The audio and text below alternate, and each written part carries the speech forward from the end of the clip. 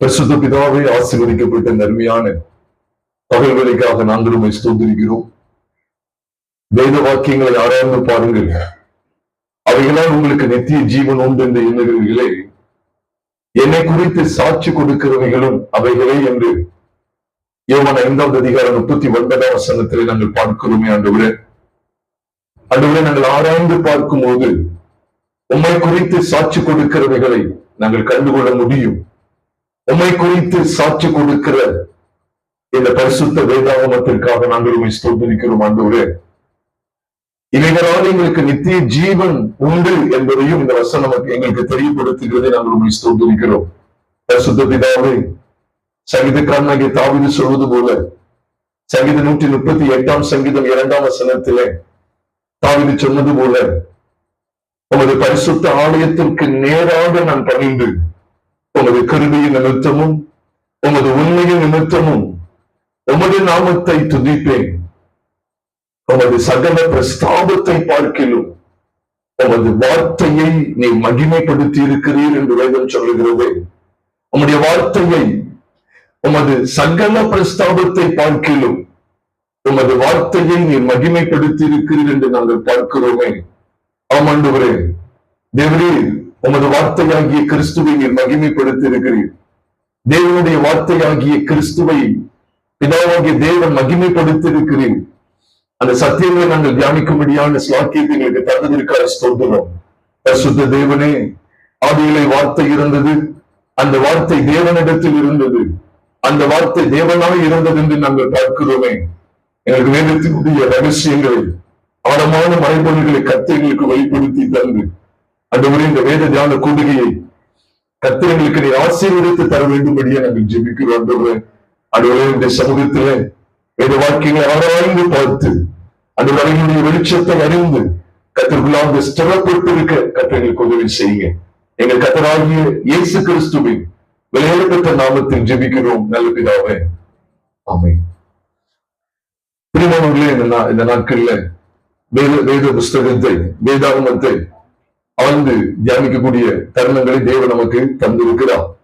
ஒரு காரியத்தை நான் சொல்லி அதிலிருந்து தொடர்ந்து இந்த வேத தியான கூடுகையினுடைய கருப்பொருளை கொண்டு சத்திய வார்த்தைகளை உங்களோடு கூட நான் பகிர்ந்து கொள்ள இருக்கிறேன். அதனுடைய பரிசுத்த நாமம் மகிமைப்படுவதாக. முதலாவது பெற்றோர் ஆதாம் ஏவாள் என்றைக்கு மீறுதலுக்கு உட்பட்டார்களோ, அந்த மீறுதலுக்கு உட்பட்ட உடனே வானத்தில் இருந்த தேவன் இந்த பூமிக்கு இறங்கி வந்தார் என்கிற செய்தியை ஆதியாகமத்தின் புஸ்தகம் 3வது அதிகாரம் முதல் 8 வசனங்களிலே நீங்கள் நானும் பார்க்க முடியும். ஆண்டவருடைய பரிசுத்த நாமம் மகிமைப்படுவதாக. ஆக இந்த ஆதியாகமம் 3வது அதிகாரம் முதல் 8 வசனங்களானது மிக மிக முக்கியமான சம்பவமாக வேதத்திலே காண்பிக்கப்பட்டிருக்கிறது. ஏனென்றால் ஆதி பெற்றோர், ஆதியில் இருந்த மனிதன் எவ்விதமாய் பாவத்திற்கு உட்பட்டு தேவ மகிமை இழந்து போனான் என்கிற காரியத்தை வேதத்தின் அடிப்படையில் நாம் பார்க்கிறோம். அதனை தொடர்ந்து அவர்கள் 2 பேர் மாத்திரமல்ல, அவர்களை தொடர்ந்து வந்த அத்தனை சந்ததியினரும், நம்ம எல்லாருக்குமே தெரியும், அப்போஸ்தலர் 17வது அதிகாரத்தில அவர் ஒரே இரத்தத்தினால சகல ஜாதிகளையும் ஒரே இரத்தத்தினாலே தோன்ற பண்ணி பூமியின் மீது குடியிருக்க செய்தார் என்கிற சத்தியங்களை நீங்கள் நான் அப்போஸ்தலர் 17வது அதிகாரத்தில் வாசிக்க முடியும்.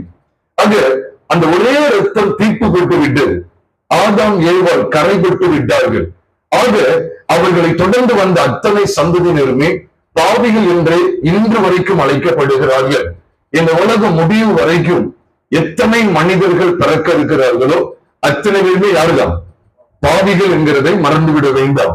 ஏனென்றால் ஆதாமின் இரத்தத்தில் இருந்து வந்த அத்தனை பேருமே பாவிகளாகவே அறியப்படுகிறார்கள். வேர் பரிசுத்தமா இருந்தால் கிளைகளும் பரிசுத்தமா இருக்கும் என்று சொல்லிதான் ரோம புஸ்தகத்தில் வாசிக்கிறோம்.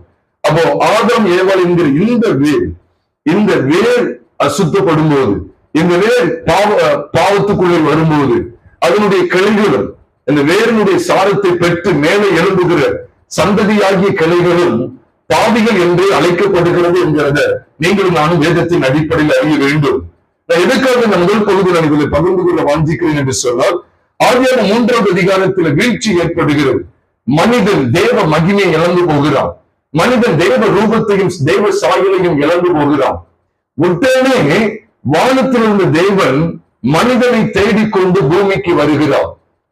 அவன் ஆதாமை கூப்பிட்டு நீ எங்கே இருக்கிறாய் என்று சொல்லி கேட்கிறார். இதை பார்க்கும்போது நமக்கு நினைவுக்கு வருகிறது சகையை பற்றிய விஷயத்தை குறித்து நம்ம லூக்கா 19 அதிகாரம் முதல் 9 வசனங்களை நாம் பார்த்த பிற்பாடு 10 வசனத்தில் இயேசுவானவர் சொல்லும் போது இழந்து போனதை தேடுவது ரட்சிக்கவுமே மனுஷகுமார் இங்கு மனுஷகுமார் வந்திருக்கிறார் என்கிற சத்தியம் காண்பிக்கப்படுகிறது. அது என்றைக்கு மனுக்குலம் தேவ மகிமை இழந்து வீழ்ச்சி அடைகிறதோ அன்றைக்கு வானத்திலிருந்து தேவன் மனிதனை தேடிக்கொண்டு இந்த பூமிக்கு இறங்கி வந்தார் என்கிற வெளிச்சத்தை நீங்கள் நானும் பார்க்கிறோம். இதுதான் பிதாவாகிய தேவனுடைய திட்டம். அவர் மனுக்குலம் எப்ப வீழ்ச்சி அடைந்ததோ அப்பொழுது தேவன் இந்த பூமிக்கு இறங்கி வந்தார். இதே போலதான் கிறிஸ்துவை இந்த பூமிக்கு நமக்காக அனுப்பி உங்களையும் என்னையும் விடுவிப்பதற்காக மீட்பதற்காக அவர் தம்மையே பலியாக ஒப்பு கொடுத்தார் என்று சொல்லி வேதத்தில் நீங்களும் நானும் வாசிக்க முடியும். ஆக இந்த சத்தியங்களின் அடிப்படையில நாம் பார்க்கும்போது 2 காரியங்கள் உங்களுக்கு நாம் முதன்மைப்படுத்தி 2 விசேஷித்த காரியங்கள் சொல்லி அதனை தொடர்ந்து உங்களோடு கூட இந்த கருப்பொருள் தியானத்தை நாம் தியானிக்க இருக்கிறோம். ஆண்டவருடைய பரிசுத்த நாமம் மகிமைப்படுவதாக. அப்போ அந்த ஆதாம் ஏவாள் பாவத்துக்கு உட்பட்டதுக்கு பிற்பாடு அதற்கு பிற்பாடு எப்படி அவங்க உருவாக்கப்பட்டான்னு சொன்னா தேவ சாயல் தேவ ரூபத்தின்படிதான் அவர்கள் சிருஷ்டிக்கப்பட்டார் என்று சொல்லி ஆதியாகமத்தின் புஸ்தகம் 1வது அதிகாரம் 26, 27 ஆகிய 2 வசனங்களிலே நாம் பார்க்கிறோம். ஆனால் 3வது அதிகாரத்துல மனிதன் பாவத்துக்கு உட்பட்ட பின்பு மீறுதலுக்கு உட்பட்ட பின்பு அவன் தேவ மகிமையை இழந்து போனான். அதை குறித்து நாம் ஆதியாகமத்தின் புஸ்தகம் 5வது அதிகாரம் 2வது வசனம் 3வது வசனத்தை பார்க்கும்போது ஆதாம் தன்னுடைய சுய சாயலாக தன் சாயலாகவும் தன் ரூபத்தின்படியும் ஒரு குமாரனை பெற்று என்று நீங்கள் நானும் ஆதியாகமம் 5வது அதிகாரம் 2 மற்றும் 3 வசனங்களிலே நீங்கள் நானும் பார்க்க முடியும். தன் ரூபம் தன் சாயலின்படி தன் ரூபத்தின்படி என்று சொல்லும் போது இங்கே வேதம் என்ன சொல்லுகிறது? முதல் அதிகாரத்தில் தேவ ரூபமும் தேவ சாயலும் கொண்டிருந்த மனுஷன் தன் சந்ததிக்கு தேவ சாயலும் தேவ ரூபத்தையும் கொண்டு வர வேண்டிய மனுஷன் பாவத்துக்கு இடம் கொடுத்ததுனால அவனுடைய சந்ததி சுய சாயல் ஜென்ம சுபாவத்துக்குரிய பாவ சாயல் கடத்தப்படுகிறது, அடுத்தடுத்த சந்ததிக்கு கடத்தப்படுகிறது வேதம் சொல்லுது. அதை நீங்க தெளிவா அறியும் போதுதான் இந்த ஸ்திரீயின் வித்தை குறித்து அறிய முடியும். ஆதியாகமத்தின் புஸ்தகம் 3வது அதிகாரம் 15வது வசனத்துல இந்த வீழ்ச்சியை ஈடுகட்டுவதற்கு இந்த வீழ்ச்சியை சரி கட்டுகிறதற்கு இந்த வீழ்ச்சியில கடக்கிற மனிதனை எழுப்புவதற்காக தேவன் ஏற்படுத்தின ஒரு அமைப்பு தான் இதுதான் ஸ்திரீயின் வித்து. அதனாலதான் உனக்கும் ஸ்திரீக்கும் உன் வித்துக்கும் அவள் வித்துக்கும் பகையை உண்டாக்குவேன், அவர் உன் தலையை நசுக்குவார் என்று சொல்லி வேதத்திலே சொல்லப்பட்டிருக்கிறது. அது இந்த ஆதியாகமம் 3வது அதிகாரம் 15வது வசனத்தை நாம் பார்க்கும்போது அப்போ இந்த மனு குலத்தை பாவத்துக்குட்படுத்தின பாவம் செய்யும்படியாய் பின்னாலிருந்து தூண்டிவிட்ட சாத்தானை தேவன் எவ்விதமாக மேற்கொள்ள ஒரு திட்டத்தை சொல்றாரு அப்படின்னு சொன்னா ஸ்திரீயின் வித்து. இதுல நான் 2 காரியத்தை சொல்லி அடுத்த காரியங்களுக்குள்ள கடந்து போவோம். அப்போ மனிதன் பாவத்துக்கு உட்படுற விஷயங்கள் இந்த பூமியில 2 விஷயங்கள் இருக்கு. ஒன்று 2 விஷயங்கள் தான் மனுஷனால பாவமே செய்ய முடியும். ஒன்று தன்னுடைய மாம்சம், இன்னொன்று உலகம். நல்ல ஞாபகம், ஒன்று எனது மாம்சம், இன்னொன்று உலகம். இந்த 2ஐயும் கொண்டுதான் சாத்தானானவர் உங்களை என்னையும் பாவத்திற்கு உட்பட பண்ண முடியும், உங்களை என்னையும் கரைப்படுத்த முடியும், உங்களை என்னையும் தேவனை விட்டு வழிவிலக செய்ய முடியும். அவன் எடுக்கிற 2 மிகப்பெரிய ஆயுதங்கள் என்ன தெரியுமா? ஒன்று உலகம், இன்னொன்று மாம்சம். இதை தாண்டி அவன் வெளியே போகவே முடியாது. ஏதோ சமுத்திரத்தை கொண்டு உங்களை என்னையும் சோதித்து பாவத்தில் வைக்க முடியாது. மரம் செடிகளை கொண்டு இங்க இருக்கிற ஃபேனை கொண்டு எல்லாம் என்ன செய்ய முடியாது, ஒண்ணும் பண்ண முடியாது. அவன் பொதுவாக பயன்படுத்துற யுக்திகள் என்னன்னா உள்ள ஃபேன் கூட உலகமா இருந்தாலும் உலகத்துக்கானவைகளை வைத்துதான். உலகம் அவன் எடுக்கிற 2 ஆயுதங்கள், ஒன்று உலகம், இன்னொன்று மாம்சம். இதை தாண்டி பாவம் எங்க இருந்து வர முடியாது. என வேதம் முழுமையில் அப்படிதான் சொல்லப்படுது. வேதத்தை வாசிக்கும் போது உலகத்தை குறித்து ஆண்டவர் சொல்லுகிறார். 1 யோவான் 2வது அதிகாரம் 14வது வசனத்திலே சொல்லும் போது மாம்சத்தின் நிச்சயம், கண்களின் நிச்சயம், ஜீவனத்தின் பெருமையுமாகிய இவைகள் எல்லாம் உலகத்தினால் உண்டானவைகள், இவைகள் பிதாவினால் உண்டானவைகள் அல்ல என்று சொல்லி அவர் காண்பிக்கிறார். அப்போ இந்த மாம்சத்தின் இச்சை, கண்களின் இச்சை, ஜீவனத்தின் பெருமை ஆகிய இவைகள் எல்லாம் இந்த 2 காரியங்கள் சார்ந்து இருக்கிறது. ஒன்று மாம்சம், இன்னொன்று இந்த உலகம். வேற எதன் மூலமாகவும் அவன் நம்மளை பிசாசு என்ன செய்ய முடியாது, நம்மளை பாவம் செய்ய வைக்கவே முடியாது. வேற யுக்தியும் அவனுக்கு கிடையாது. ஒன்று இந்த உலகத்துக்குரிய எல்லாத்தையும் வச்சு, எதை வச்சுதான் என்ன செய்யலாம், நம்மளை தேவனை விட்டு வழிவிலக வைக்கலாம். இன்னொன்று நம்முடைய மாம்சம், சொந்த மாம்சம். இந்த மாம்சத்திலிருந்து கோபம், எரிச்சல், பொறாமை, பெருமை, கசப்பு, கெட்ட வார்த்தைகள், பொய், தூஷணம், பலவிதமான மாம்ச இச்சைகள், மாம்சத்தின் கிரியைகள், மாம்சத்தின் செயல்பாடுகளை வைத்து அவன் என்ன செய்ய முடியும், நம்மளை தாக்க முடியும். அப்ப இந்த ரெண்டையும் குறித்து வேதம் சொல்லுகிறது. அப்ப இந்த ரெண்டையும் எங்கதான் ஆண்டவர் மாண்டு போக பண்ணுகிறார் அப்படின்னு சொன்னா, நம்ம எல்லாரும் அதிகமா நம்ம தியானிக்கிற வசனங்கள் தான் கலாத்தியர் 6வது அதிகாரம் 14வது வசனத்தை நாம் வாசிக்கும் போது, கலாத்தியர் 6வது அதிகாரம் 14வது வசனத்துல, நானும் நம்முடைய கர்த்தராகிய இயேசு கிறிஸ்துவின் சிலுவையை குறித்து அல்லாமல் வேறு ஒன்றையும் குறித்து மேன்மை பாராட்டாத இருப்பேனாக, அவரால் உலகம் எனக்கு சிலுவையில் அறைந்திருக்கிறது, நானும் உலகத்திற்கு சிலுவையில் அறைந்திருக்கிறேன் என்று சொல்லும்போது, நம்மை அச்சுறுத்தக்கூடிய, நம்மை பாவத்தில் விளைவிக்க முடியாது ஒரு யுக்தியோடு கூட போராடுற அந்த யுக்தி என்ன அப்படின்னு சொன்னா உலகம். இந்த உலகத்தை பரிசுத்த வேதம் சிலுவையில் அறையப்பட்டிருக்குங்கிறத காண்பித்து கொடுக்கிறது.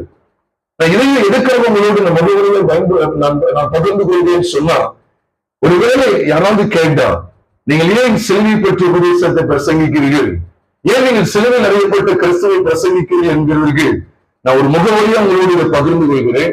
நம்முடைய உலகம் சிலுவையில் மாண்டு விட்டது. அதனால நம்ம சொல்றார், அவரால் உலகம் எனக்கு சிலுவையில் அறையுண்டிருக்கிறது, நானும் உலகத்திற்கு சிலுவையில் அறையுண்டிருக்கிறேன். அப்போ நானும் உலகமும், இதான் இன்னொரு இடத்துல இதே கலாத்தியர் 5வது அதிகாரம், இதுக்கு முந்தின அதிகாரம் 5வது அதிகாரம் 24வது வசனத்துல, கிறிஸ்துவினுடையவர்கள் தங்கள் மாம்சத்தையும் அதன் ஆசை இச்சைகளையும் எங்க அடைந்திருக்கிறாங்க, சிலுவையில் அடைந்திருக்கிறார்கள். அப்போ நம்முடைய மாம்சத்துக்கு தீர்வு எங்கதான் இருக்கு, சிலுவையில தான். நம்முடைய உலகத்துக்கு தீர்வு எங்கதான் இருக்கு, சிலுவையில தான். நம்ம எப்படி சொல்றது, மீண்டும் சொல்றேன், பிசாசானவன் உங்களை என்னையும் விழத்தட்டும்படிக்கு அவன் கையாளுகிற, அவன் பயன்படுத்துகிற ரெண்டு ஆயுதங்கள் தான். சொல்றதுனால யாரும் குழப்படைய வேண்டாம்.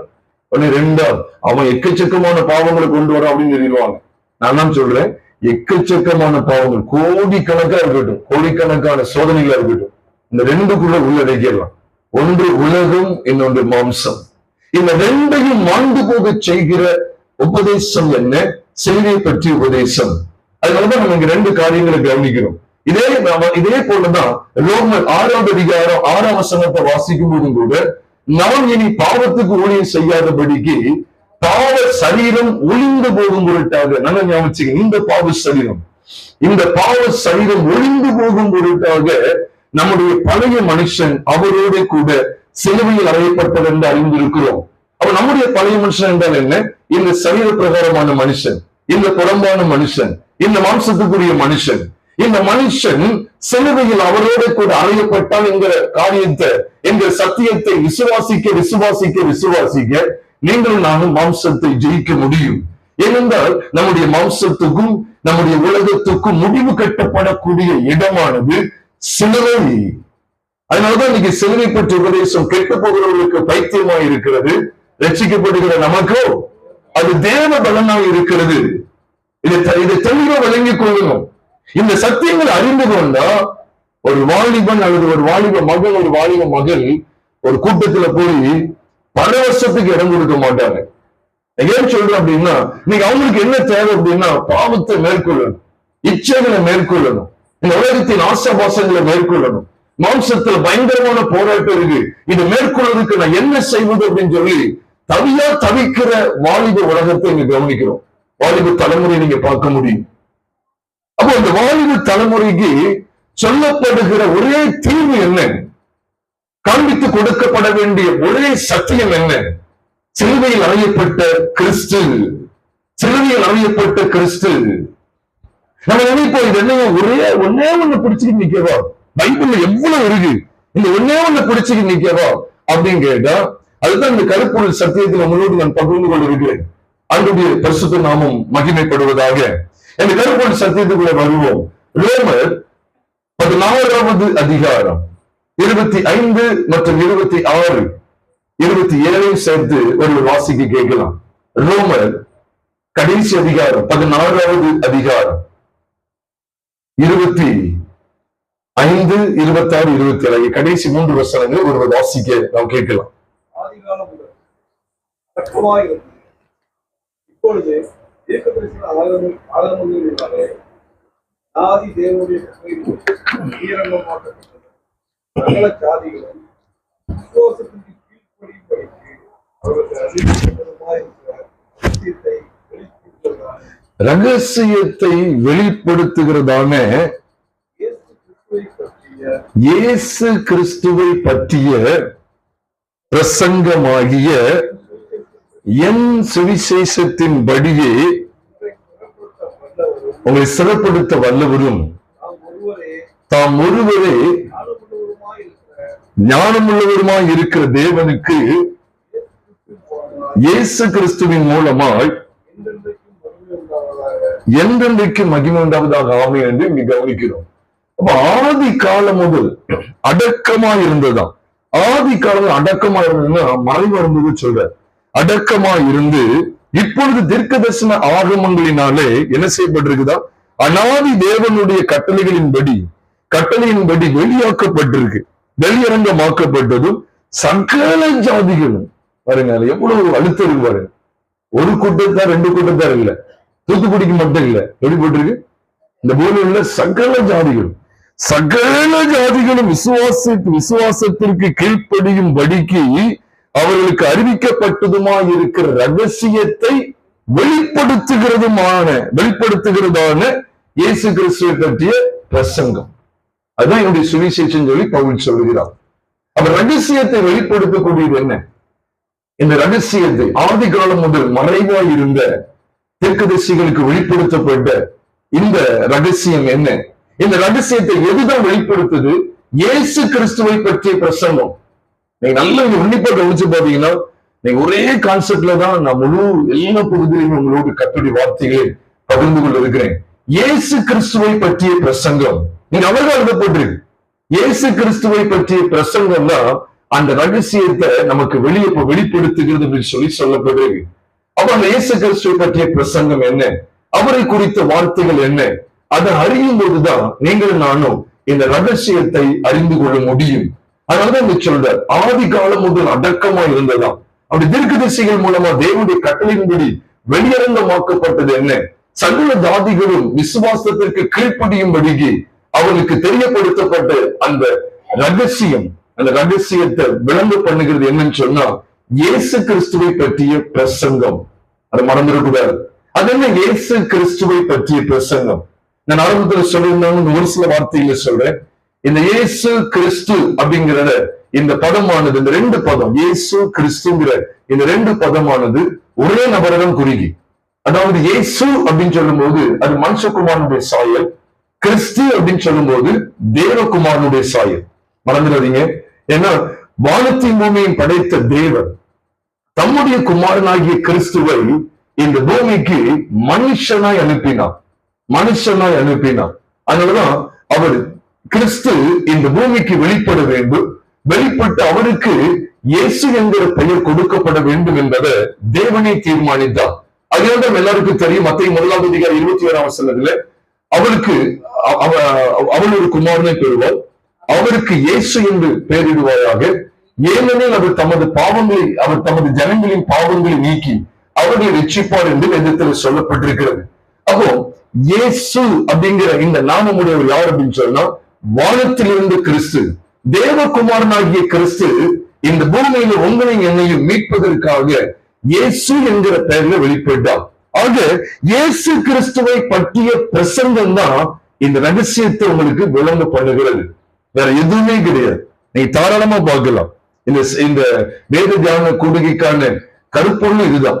ஆதி காலம் முதல் இருந்த ரகசியமும் திருச்சபையின் உருவாக்கத்தை நான் மத்தியான செஷன்ல உங்களோடு பகிர்ந்து கொள்றேன்.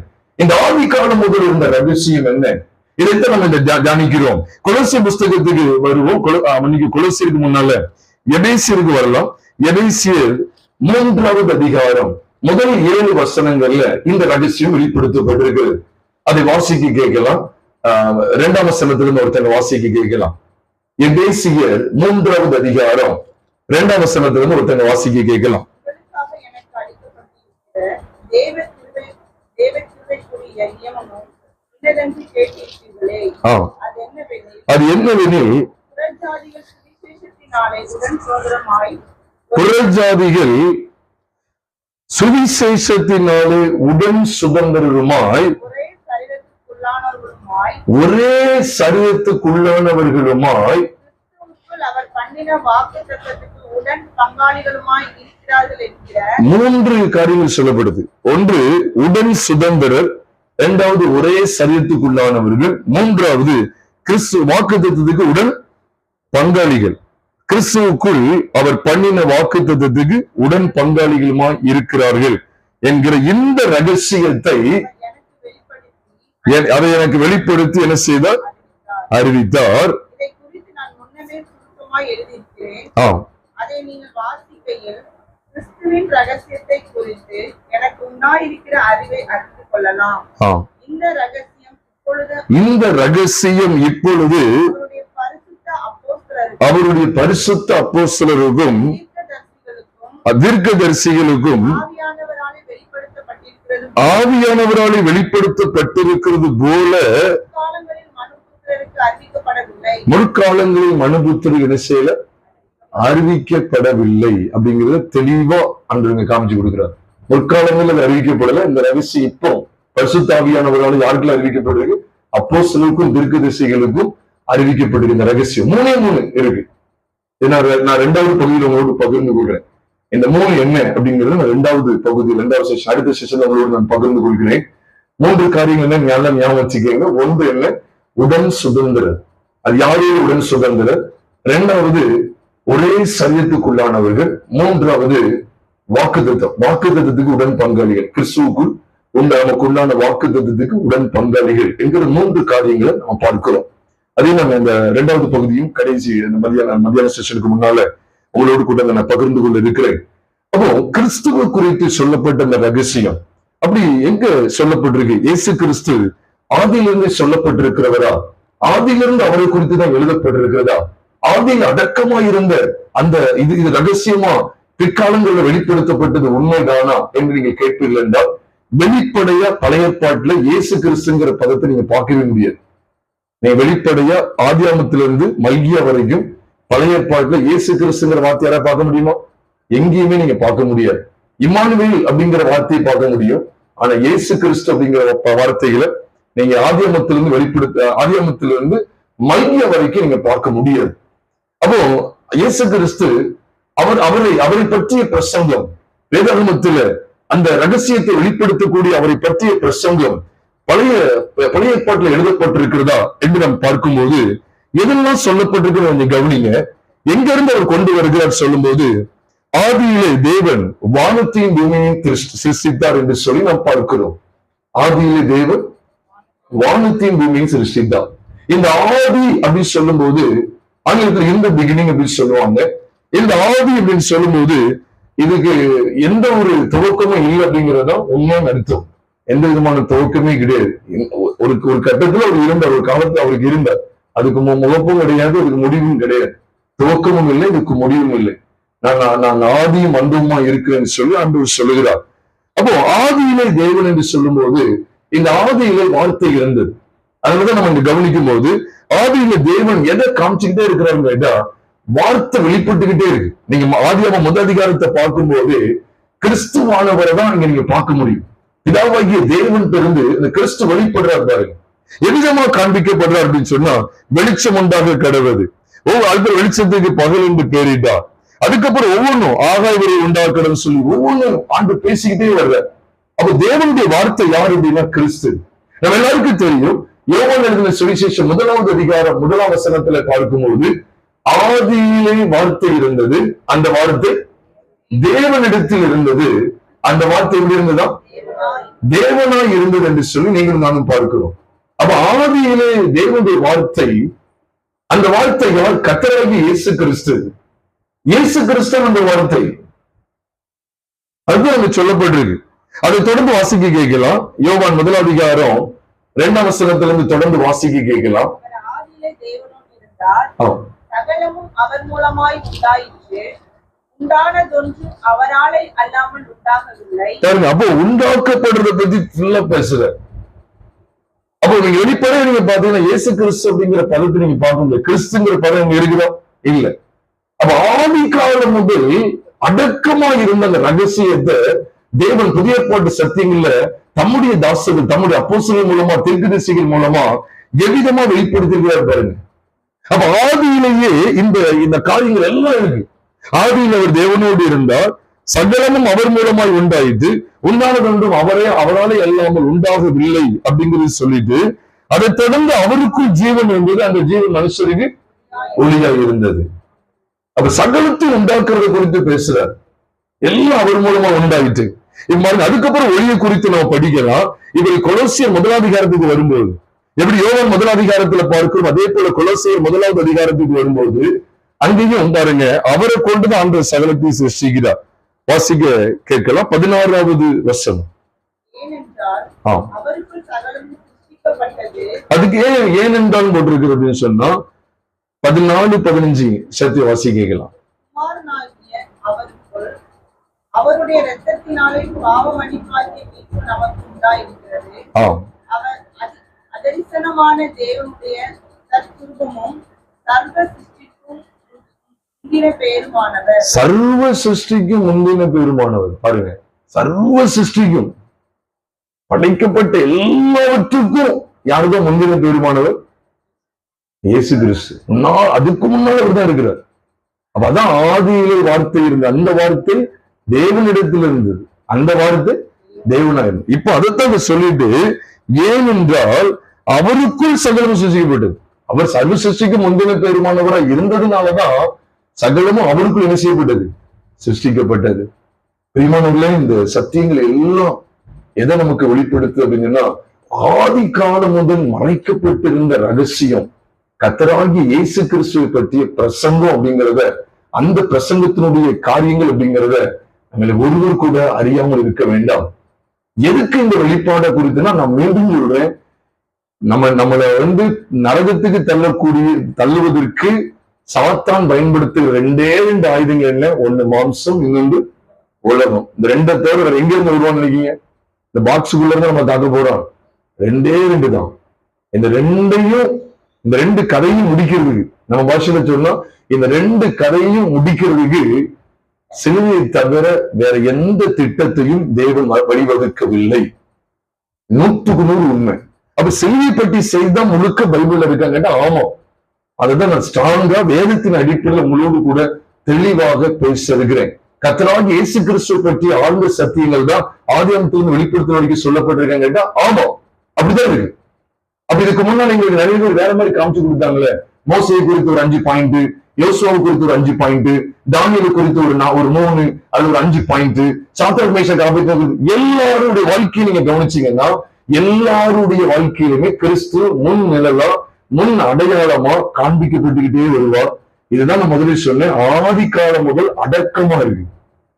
அடக்கமா இருக்கு என்ன அர்த்தம்? அடக்கம்னா என்னது? மறைவுன்னு அர்த்தம், ஒளிவுன்னு அர்த்தம். இப்ப அடக்கம் பண்ண போறாங்கன்னு சொல்றாங்க. எதுக்கு? அடக்கம்னா குளிக்குண்டி புதைக்கிறது, மூடிடுவாங்க, தெரியாது, யாருக்கும் தெரியாது. அடக்கம் பண்ண தெரியுமா? அது ரகசியம். புதைச்சு வச்சுட்டாங்கன்னா ரகசியம். என்னப்பா உள்ளத்துல புதைச்சு வச்சுக்கிட்டான் அப்படின்னு சொல்லுவாங்க. அப்ப அடக்கமா இருந்துச்சு, அதை படிக்க மாட்டேங்காங்க. ஆனா புதிய ஏற்பாட்டுல அந்த சத்தியங்கள் எல்லாம் வெளிப்படுத்தப்பட்டிருக்கு. அதனாலதான் நீங்க ஆதியில தேவன் இதெல்லாம் சிருஷ்டித்தான் படிக்கீங்களே, உடனே இங்க வந்துடணும், யோவான் 1க்கு வந்துடணும், கொலோசியர் 1ஆம் அதிகாரத்துக்கு வந்துடணும். அப்ப கொலோசியர் 1 என்ன சொல்லிட்டு வர்றாரு பாருங்க, அவருக்குள் சகலமும் சிருஷ்டிக்கப்பட்டது, பரலோகத்தில் உள்ளவைகளும் பூலோகத்தில் உள்ளவைகளும் ஆகிய காணப்படுகிறவையும் காணப்படாதவையுமான சகல வஸ்துக்களும் பரலோகத்தில் உள்ளவைகளும் சரி பூலோகத்தில் உள்ளவைகளும் சரி காணப்படுவதும் காணப்படாததுமான சகல வஸ்துக்களும், சிங்காசனங்கள் ஆனாலும் கர்த்தத்துவங்கள் ஆனாலும் துறைத்தனங்கள் ஆனாலும் அதிகாரங்கள் ஆனாலும் சகலமும் அவரை கொண்டும் அவருக்கென்றும் சிருஷ்டிக்கப்பட்டது. அப்ப சிருஷ்டிப்பு அப்படின்னு எடுத்துட்டாலே கர்த்தராகிய இயேசு கிறிஸ்துவை பற்றி பிரசங்கம் இருக்குதா இல்லையா? இருக்குது. இதைத்தான் அவர் சொல்றார், ஆதி காலம் முதல் அடக்கமா இருந்தது.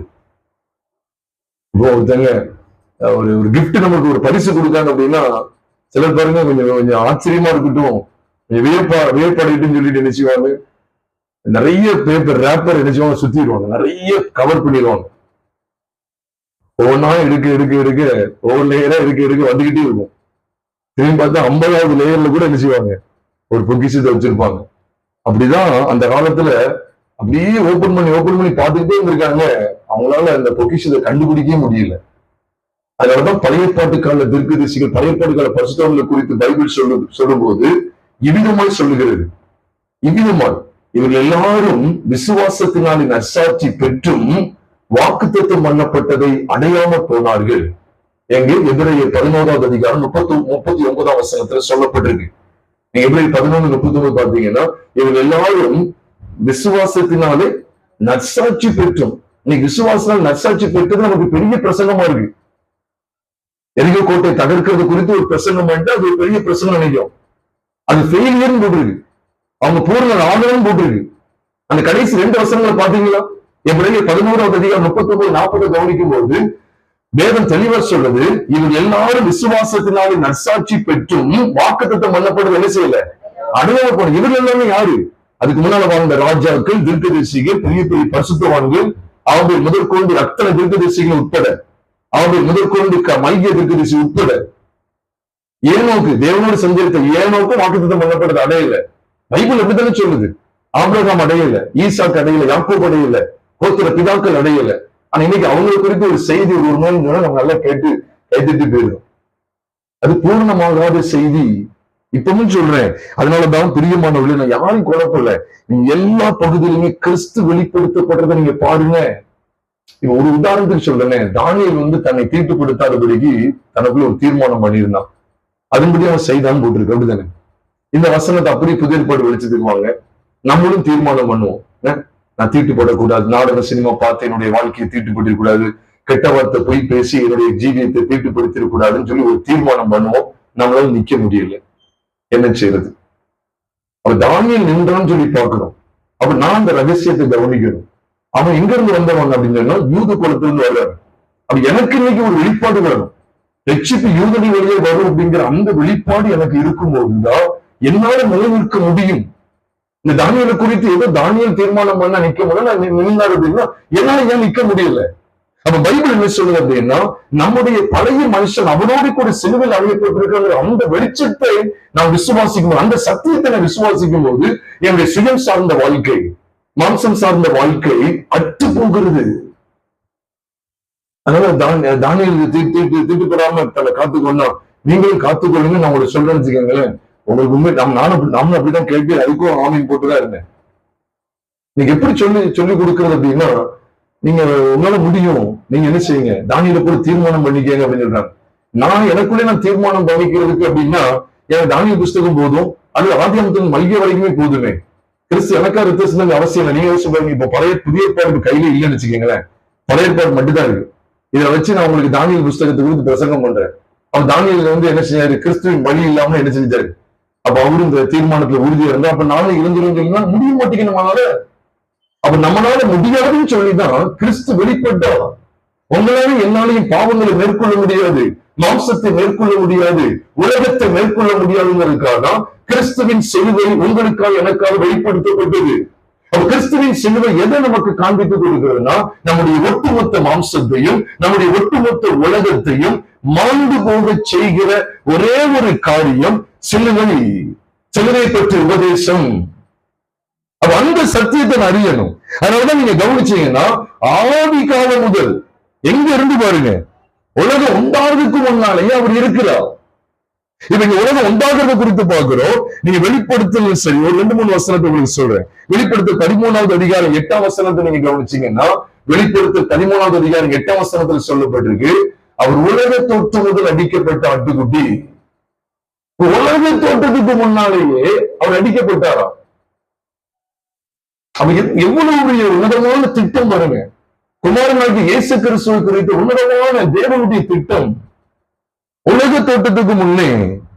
அதைத்தான் பேதுரு சொல்லும் போது, 1 பேதுரு 1ஆம் அதிகாரம் 20ஆம் வசனத்தில் சொல்லும் போது, அவர் உலக தோட்டத்துக்கு முன்னே குறிக்கப்பட்டவராய் இருந்துன்னு சொல்றார்.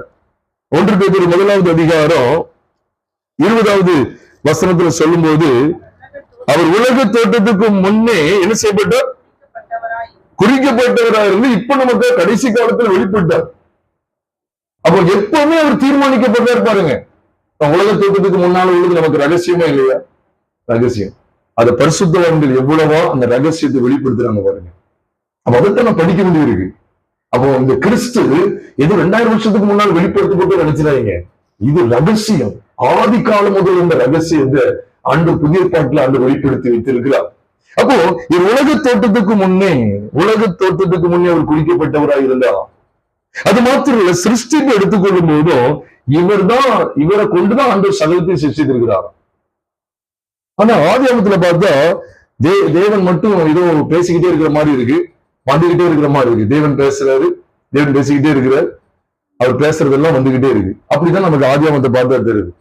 அப்ப இங்க உன்னிப்பா பார்த்தாலும் தெரியாது, கண்ணு கிட்ட வந்து பார்த்தாலும் தெரியாது. வேற எப்படி பார்க்க? ஏதாவது ஒரு லென்ஸ் வச்சு பார்த்தாலும் அப்படிதான் இருக்கு. எழுத்து கொள்ளுகிறது, ஆவியை உயிர்ப்பிக்கிறது. அப்ப இதுக்குள்ள மறைவு ஒண்ணு இருக்கு பாத்தீங்களா? மறைவு நீங்க பின்பக்கம் எடுத்து பார்க்க முடியாது. பின்னால் ஏதாவது மறைஞ்சு இருக்குது அப்படின்னு பாத்தீங்கன்னா பின்னாலே எடுத்து பார்க்க முடியும். பின்னால் எடுத்து 2ஆம் அதிகாரத்துக்கு வந்துருவீங்க. இந்த முதல் அதிகாரத்துக்குள்ள என்ன ஒளிஞ்சிருக்குன்னு பாத்தீங்கன்னா அதுதான் இந்த ரகசியம்.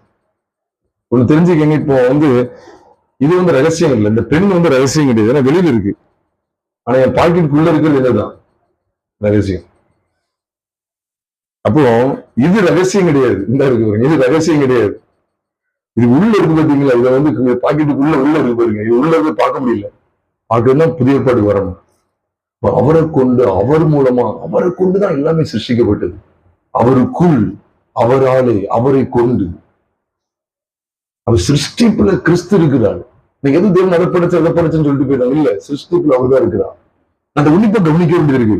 அது மாத்திரம் இல்ல, இந்த சிருஷ்டிப்புல பாருங்க, இந்த 3ஆம் வசனத்தை பாருங்க. தேவன் வெளிச்சம் உண்டாக கடவுது என்றால் வெளிச்சம் உண்டாயிற்று.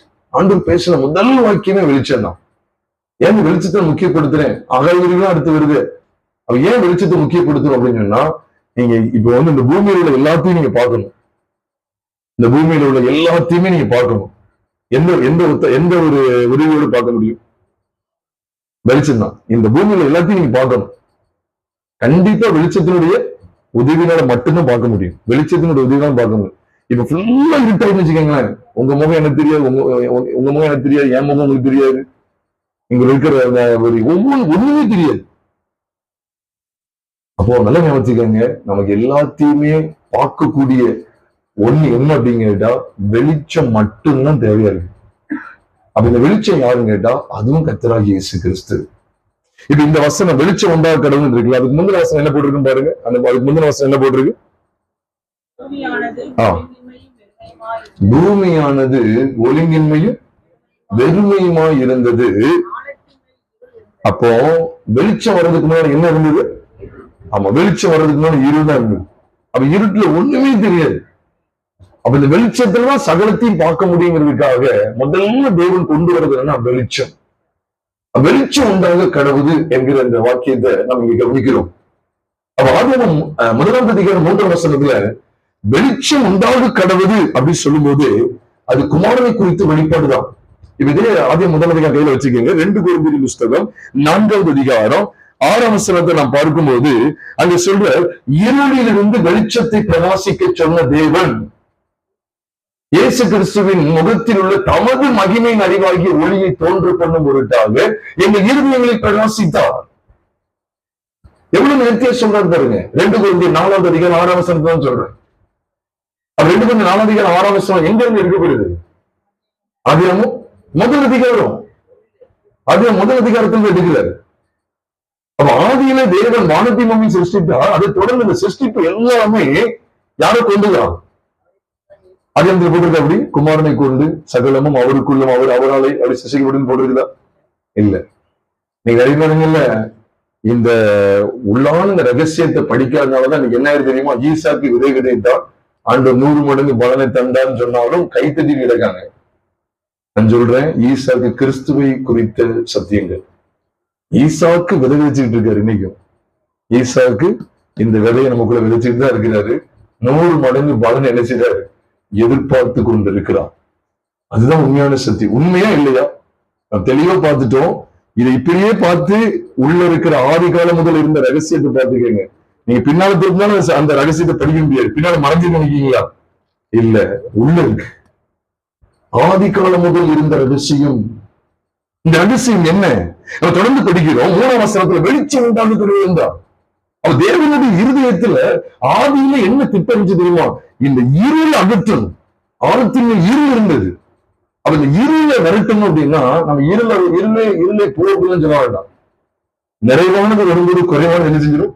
ஒளிந்து போகும் விதத்துல வாசிக்கிறோம் 1:13. அப்போ இந்த நிறைவை உள்ள கொண்டு வர்றார். அப்ப கிறிஸ்து இவ்விதமாக தான் இந்த பூமியில வெளிப்படுத்தப்படுகிறார்.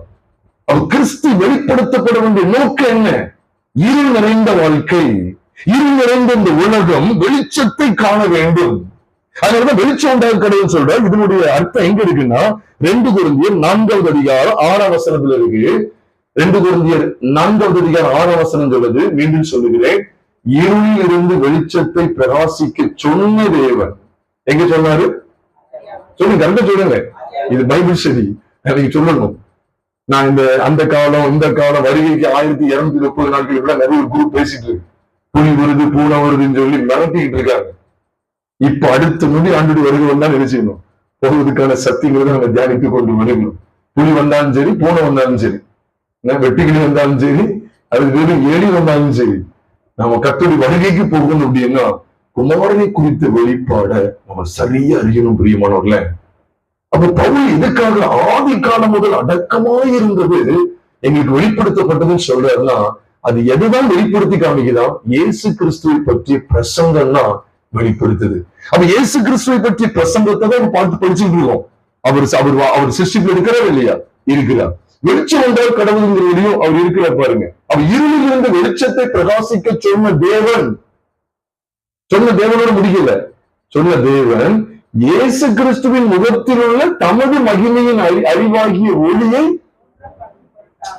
அப்போ அன்னைக்கு வெளிச்சம் உண்டாக்குறதுங்கிறது உலகத்தில் நினைக்கிறோம் இல்ல, அது உள்ளத்துல. நீங்க இங்கேயே படிச்சுட்டு இருந்தீங்கன்னா எழுத்துதான் பார்த்துட்டு இருப்பீங்க, ரகசியமா தான் இருக்கும். ஒரு உதாரணத்துக்கு அங்க ஒரு குடம் இருக்குன்னு வச்சுக்க. அந்த ஒரு குடம் இருக்கு, குடம் வேண்டாம், அந்த பாக்ஸ் இருக்கு. இந்த பாக்ஸுக்கு கீழே ஒரு சின்ன ஒரு கட்டடம் மாதிரி ஒரு சின்னதை கட்டி வச்சிருக்கோம், திண்டு மாதிரி கட்டி இருக்கும். பாத்தீங்கன்னா பாக்ஸ் திண்டு மட்டும் தெரியும். ஆனா இதுக்கு கீழே ஒரு 10 அடி ஆழத்துல பொக்கிஷம் இருக்கு, நிறைய விளையிருந்த சொன்ன பண்ணிடுறாங்க. ஒரு உதாரணத்துக்கு இதுக்கு கீழே ஒரு 10 அடி ஆழத்துலயே அது ஒரு 50 அடி ஆழத்துல பொக்கிஷம் இருக்கு. நிறைய பொண்ணு வெள்ளிலாம், பொண்ணு வெள்ளி வைரம்லாம் இருக்கு, நிறைய இருக்குன்னு வச்சுக்கோங்களேன். அப்படிங்க இங்க இத ஒரு வருஷம் இல்ல 100 வருஷம் பார்த்தாலும் இந்த பாக்ஸ், இந்த நீங்க எல்லாம் விளக்கு என்ன கொடுப்பீங்க? பாக்ஸ், இந்த திண்டு, பாக்ஸ் திண்டு, பாக்ஸ் திண்டு, பாக்ஸ் திண்டு. ஆபிரகாமுக்கு ஆடு மாடு இருந்தது, பொன் வெள்ளி உடைய சீமானா இருந்தான். ஆபிரகாமுக்கு இந்த உலக ஐஸ்வர்யம் இருந்தது, உலக ஐஸ்வர்யம் இருந்தது, உலக ஐஸ்வர்யம் இருந்தது. ஆனா ஆதியாமத்து ஆபிரகாம பார்க்க வேண்டிய விதமா நம்ம பார்க்க வேண்டியது. ஆபிரகாமுடைய குடும்பத்துல ஆடு மாடு பொண்ணு வெள்ளி இருந்தது ரகசியம் கிடையாது. அது ரகசியமா இல்ல, வெளிப்படையா இருக்கு. ஆனா அதுக்குள்ள இருக்கிற ரகசியம் எதுன்னு கேட்டீங்கன்னா, அப்படி கொஞ்சம் வாங்க, ரோமர் 4வது அதிகாரம். ரோமர் 4வது அதிகாரத்துல 19ஆம் வசனத்திலிருந்து நம்ம பார்க்கும்போது எல்லாருக்கும் தெரியல, கொஞ்சம் வேகமா போகிறேன். ரோமர் 4வது அதிகாரம் 19ஆம் வசனத்துல நம்ம பார்க்கும்போது அங்கே நம்ம எல்லாருக்கும் தெரியும், ஒரு சந்ததி இவ்வளவா இருக்குன்னு சொல்லப்பட்டது நமக்கு தெரியும். யாரு குறித்த வாக்குத்தத்தம்? ஈசாக்கு குறித்த வாக்குத்தத்தம் நம்ம எல்லாருக்குமே தெரியும். இதே ரோமர் 9வது அதிகாரம் 9ஆம் வசனத்துல, 9வது அதிகாரம் 9ஆம் வசனத்திலையும் போட்டிருக்கு, அந்த வாக்குத்தத்தமான வார்த்தையாவது குறித்த காலத்தில் வருவேன், அப்படி சாராள் ஒரு குமாரனை, ஆமா சாராள் ஒரு குமாரனை பெறுவான். அப்ப வாக்குத்தத்தமான வார்த்தை என்னன்னு படிச்சீங்களா? வாக்குத்தத்தமான வார்த்தை என்ன? சாராள் ஒரு குமாரனை பெறுவாள். அப்ப சாராள் ஒரு குமாரனை பெறுவாள்ங்கிறது ஆதியாமத்துல பார்த்தாலே தெரியுமா தெரியாதா? நமக்கு ரோமர் வேணுமா? நமக்கு ரோமர்ல பார்த்தான் தெரியுமா, இல்ல ஆதியாமத்துல பார்த்தாலே தெரியுமா தெரியாதா? ஆதியாமம் 18வது அதிகாரம் 14ஆம் வசனத்திலயும் சொல்லிட்டாரு, தேவதூதர் சொல்லிட்டு போயிட்டாங்க, கிறிஸ்துவ வர்றாரு. ஆதியாமம் 18:14 உற்பவ கத்தரால் ஆகாத காரியம் ஒன்று உண்டோ, உற்பவ காலத்திட்டத்தில் உன்னிடத்துக்கு வருவேன். அங்க இப்படி போட்டிருக்கு, உற்பவ காலத்திட்டத்தில் உன்னிடத்துக்கு வருவேன், அப்பொழுது சாராள் ஒரு குமாரனை பெறுவார், அப்பொழுது சாராளுக்கு ஒரு குமாரன் இருப்பான்னு சொல்றாரு. இது நான் ரோமர் 9:9 பார்த்தும் தெரியுமா எனக்கு? நான் கேட்கிறேன், இல்லையே. இது ரகசியம் கிடையாது. ஈசாக்கு பிறந்தது பழைய ஏற்பாட்டுல சொல்லப்படலைங்கிறீங்களா? சொல்லப்பட்டிருக்கு. ஆனா ஈசாக்குடைய பிறப்பு என்பது கிறிஸ்துவின் உயிர்த்தெழுதலை குறிக்கும். என்னையா திடீர்னு இப்படி சொல்றீங்க? இதுதான் ரகசியம். நீங்க வேதத்தை பாருங்க, ரோமர் 4வது அதிகாரம், இது 4வது அதிகாரத்துக்கு வாங்க. 19ஆம் வசனத்துல நான் கொஞ்சம் வேகமா வாசிக்கிறேன், நீங்க கவனிங்க. அவன் விசுவாசத்துல பலவீனமா இருக்கவில்லை. அவன் ஏறக்குறைய 100 வயது உள்ளவனா இருக்கும்போது, நல்லா ஞாபகிச்சுக்கீங்க, தன் சரீரம் செத்து போனதையும் சாராளுடைய கர்ப்பம் செத்து போனதையும் எண்ணாதிருந்தான். தேவனுடைய வாக்குத்தத்தத்தை குறித்து அவன் அவிசுவாசமாய் சந்தேகப்படாமல், தேவன் வாக்குத்தத்தம் பண்ணுவதை நிறைவேற்ற வல்லவராய் இருக்கிறார் என்று முழு நிச்சயமாய் நம்பி தேவனை மகிமைப்படுத்தி விசுவாசத்தில் வல்லவனானான். ஆகியவர் அவனுக்கு நீதியாக எண்ணப்பட்டது. நல்லா கவனிங்க, அது அவனுக்கு நீதியாக எண்ணப்பட்டது என்பது, அவனுக்கு நீதியாக எண்ணப்பட்டது என்பது எங்களுக்கு ஆதியாகமம் 15வது அதிகாரம் 6ஆம் வசனம் இருக்கு. இருக்கா இல்லையா? அவன் கர்த்தரை விசுவாசம், அது கர்த்தர் அவனுக்கு நீதியாக எண்ணாம இருக்கா இல்லையா? இருக்கு. ஆதியாகமம் 15:6 இருக்கு. ஆனா இங்க சொல்றாரு பாருங்க, அது அவனுக்கு நீதியாக எண்ணப்பட்டது என்பது அவனுக்காக மாத்திரம் இல்ல, நமக்காகவும் எழுதப்பட்டிருக்கு. நம்முடைய கர்த்தராகிய இயேசுவை மரித்தோரிலிருந்து எழுப்பினவரை விசுவாசிக்கிற நமக்கும் அப்படி எனக்கு. அதான் நான் முதல்ல இருந்து சொல்றதுதான், கிறிஸ்துவின் மரணம் அடக்கம் உயிர்த்தெழுதல். இவைகள்லதான் முழு பைபிளும். நீங்க ஒருவேளை இது இப்ப புரியலன்னா கூட நீங்க இடவெட்டமே கூட தாராளமா கேட்கலாம். முழு வேதாகமும் கிறிஸ்துவின் மரணம் அடக்கம் உயிர்த்தெழுதல் இவைகள்லதான் முழுமையா நிறைந்திருக்கும். இதை தாண்டிதான் நீங்க இது வருகை பத்தி சொல்றீங்களா? வருகை இந்த 3ல தான் இருக்கு. கிறிஸ்துவுக்குள்ள நம்ம சரீர பிரகாரமா மரிச்சா ஒரு நாள்ல உயிர் தெழுவோம். அவருடைய வருகைக்காக நிச்சயம் உயிர் தெழுவோம். இங்கேயும் மரணத்தின் சாயல் உயிர்த்தெழுதின் சாயல் தான். இங்க ஜீவிப்பதற்கும் மரணத்தின் சாயல் உயிர்த்தெழுதின் சாயல் தான். அங்க ஜீவிப்பதற்கும் மரணத்தின் சாயலும் உயிர்த்தெழுதின் சாயல் தான். எதையுமே அன்று மாற்ற போகிறது இல்லை. மீண்டும் சொல்றேன், இங்க பரிசுத்தமா வாழ்றதுக்கும் கிறிஸ்துவின் மரணத்தின் சாயலும் உயிர்த்தெழுதின் சாயலும் தான். அங்க போய் வாழ்றதுக்கும் கிறிஸ்துவின் மரணத்தின் சாயலும், கிறிஸ்துவின் மரணத்தின் சாயலுக்குள்ள போனாதான் அங்க முடிவில் என்ன செய்வோம்? நம்முடைய சரீரம் எங்க போகும்? உயிர்த்தெழுதின் சாயலுக்கு கடந்து போகும். இதை தாண்டி பைபிள்ல வேற சத்தியங்கள் கிடையாது.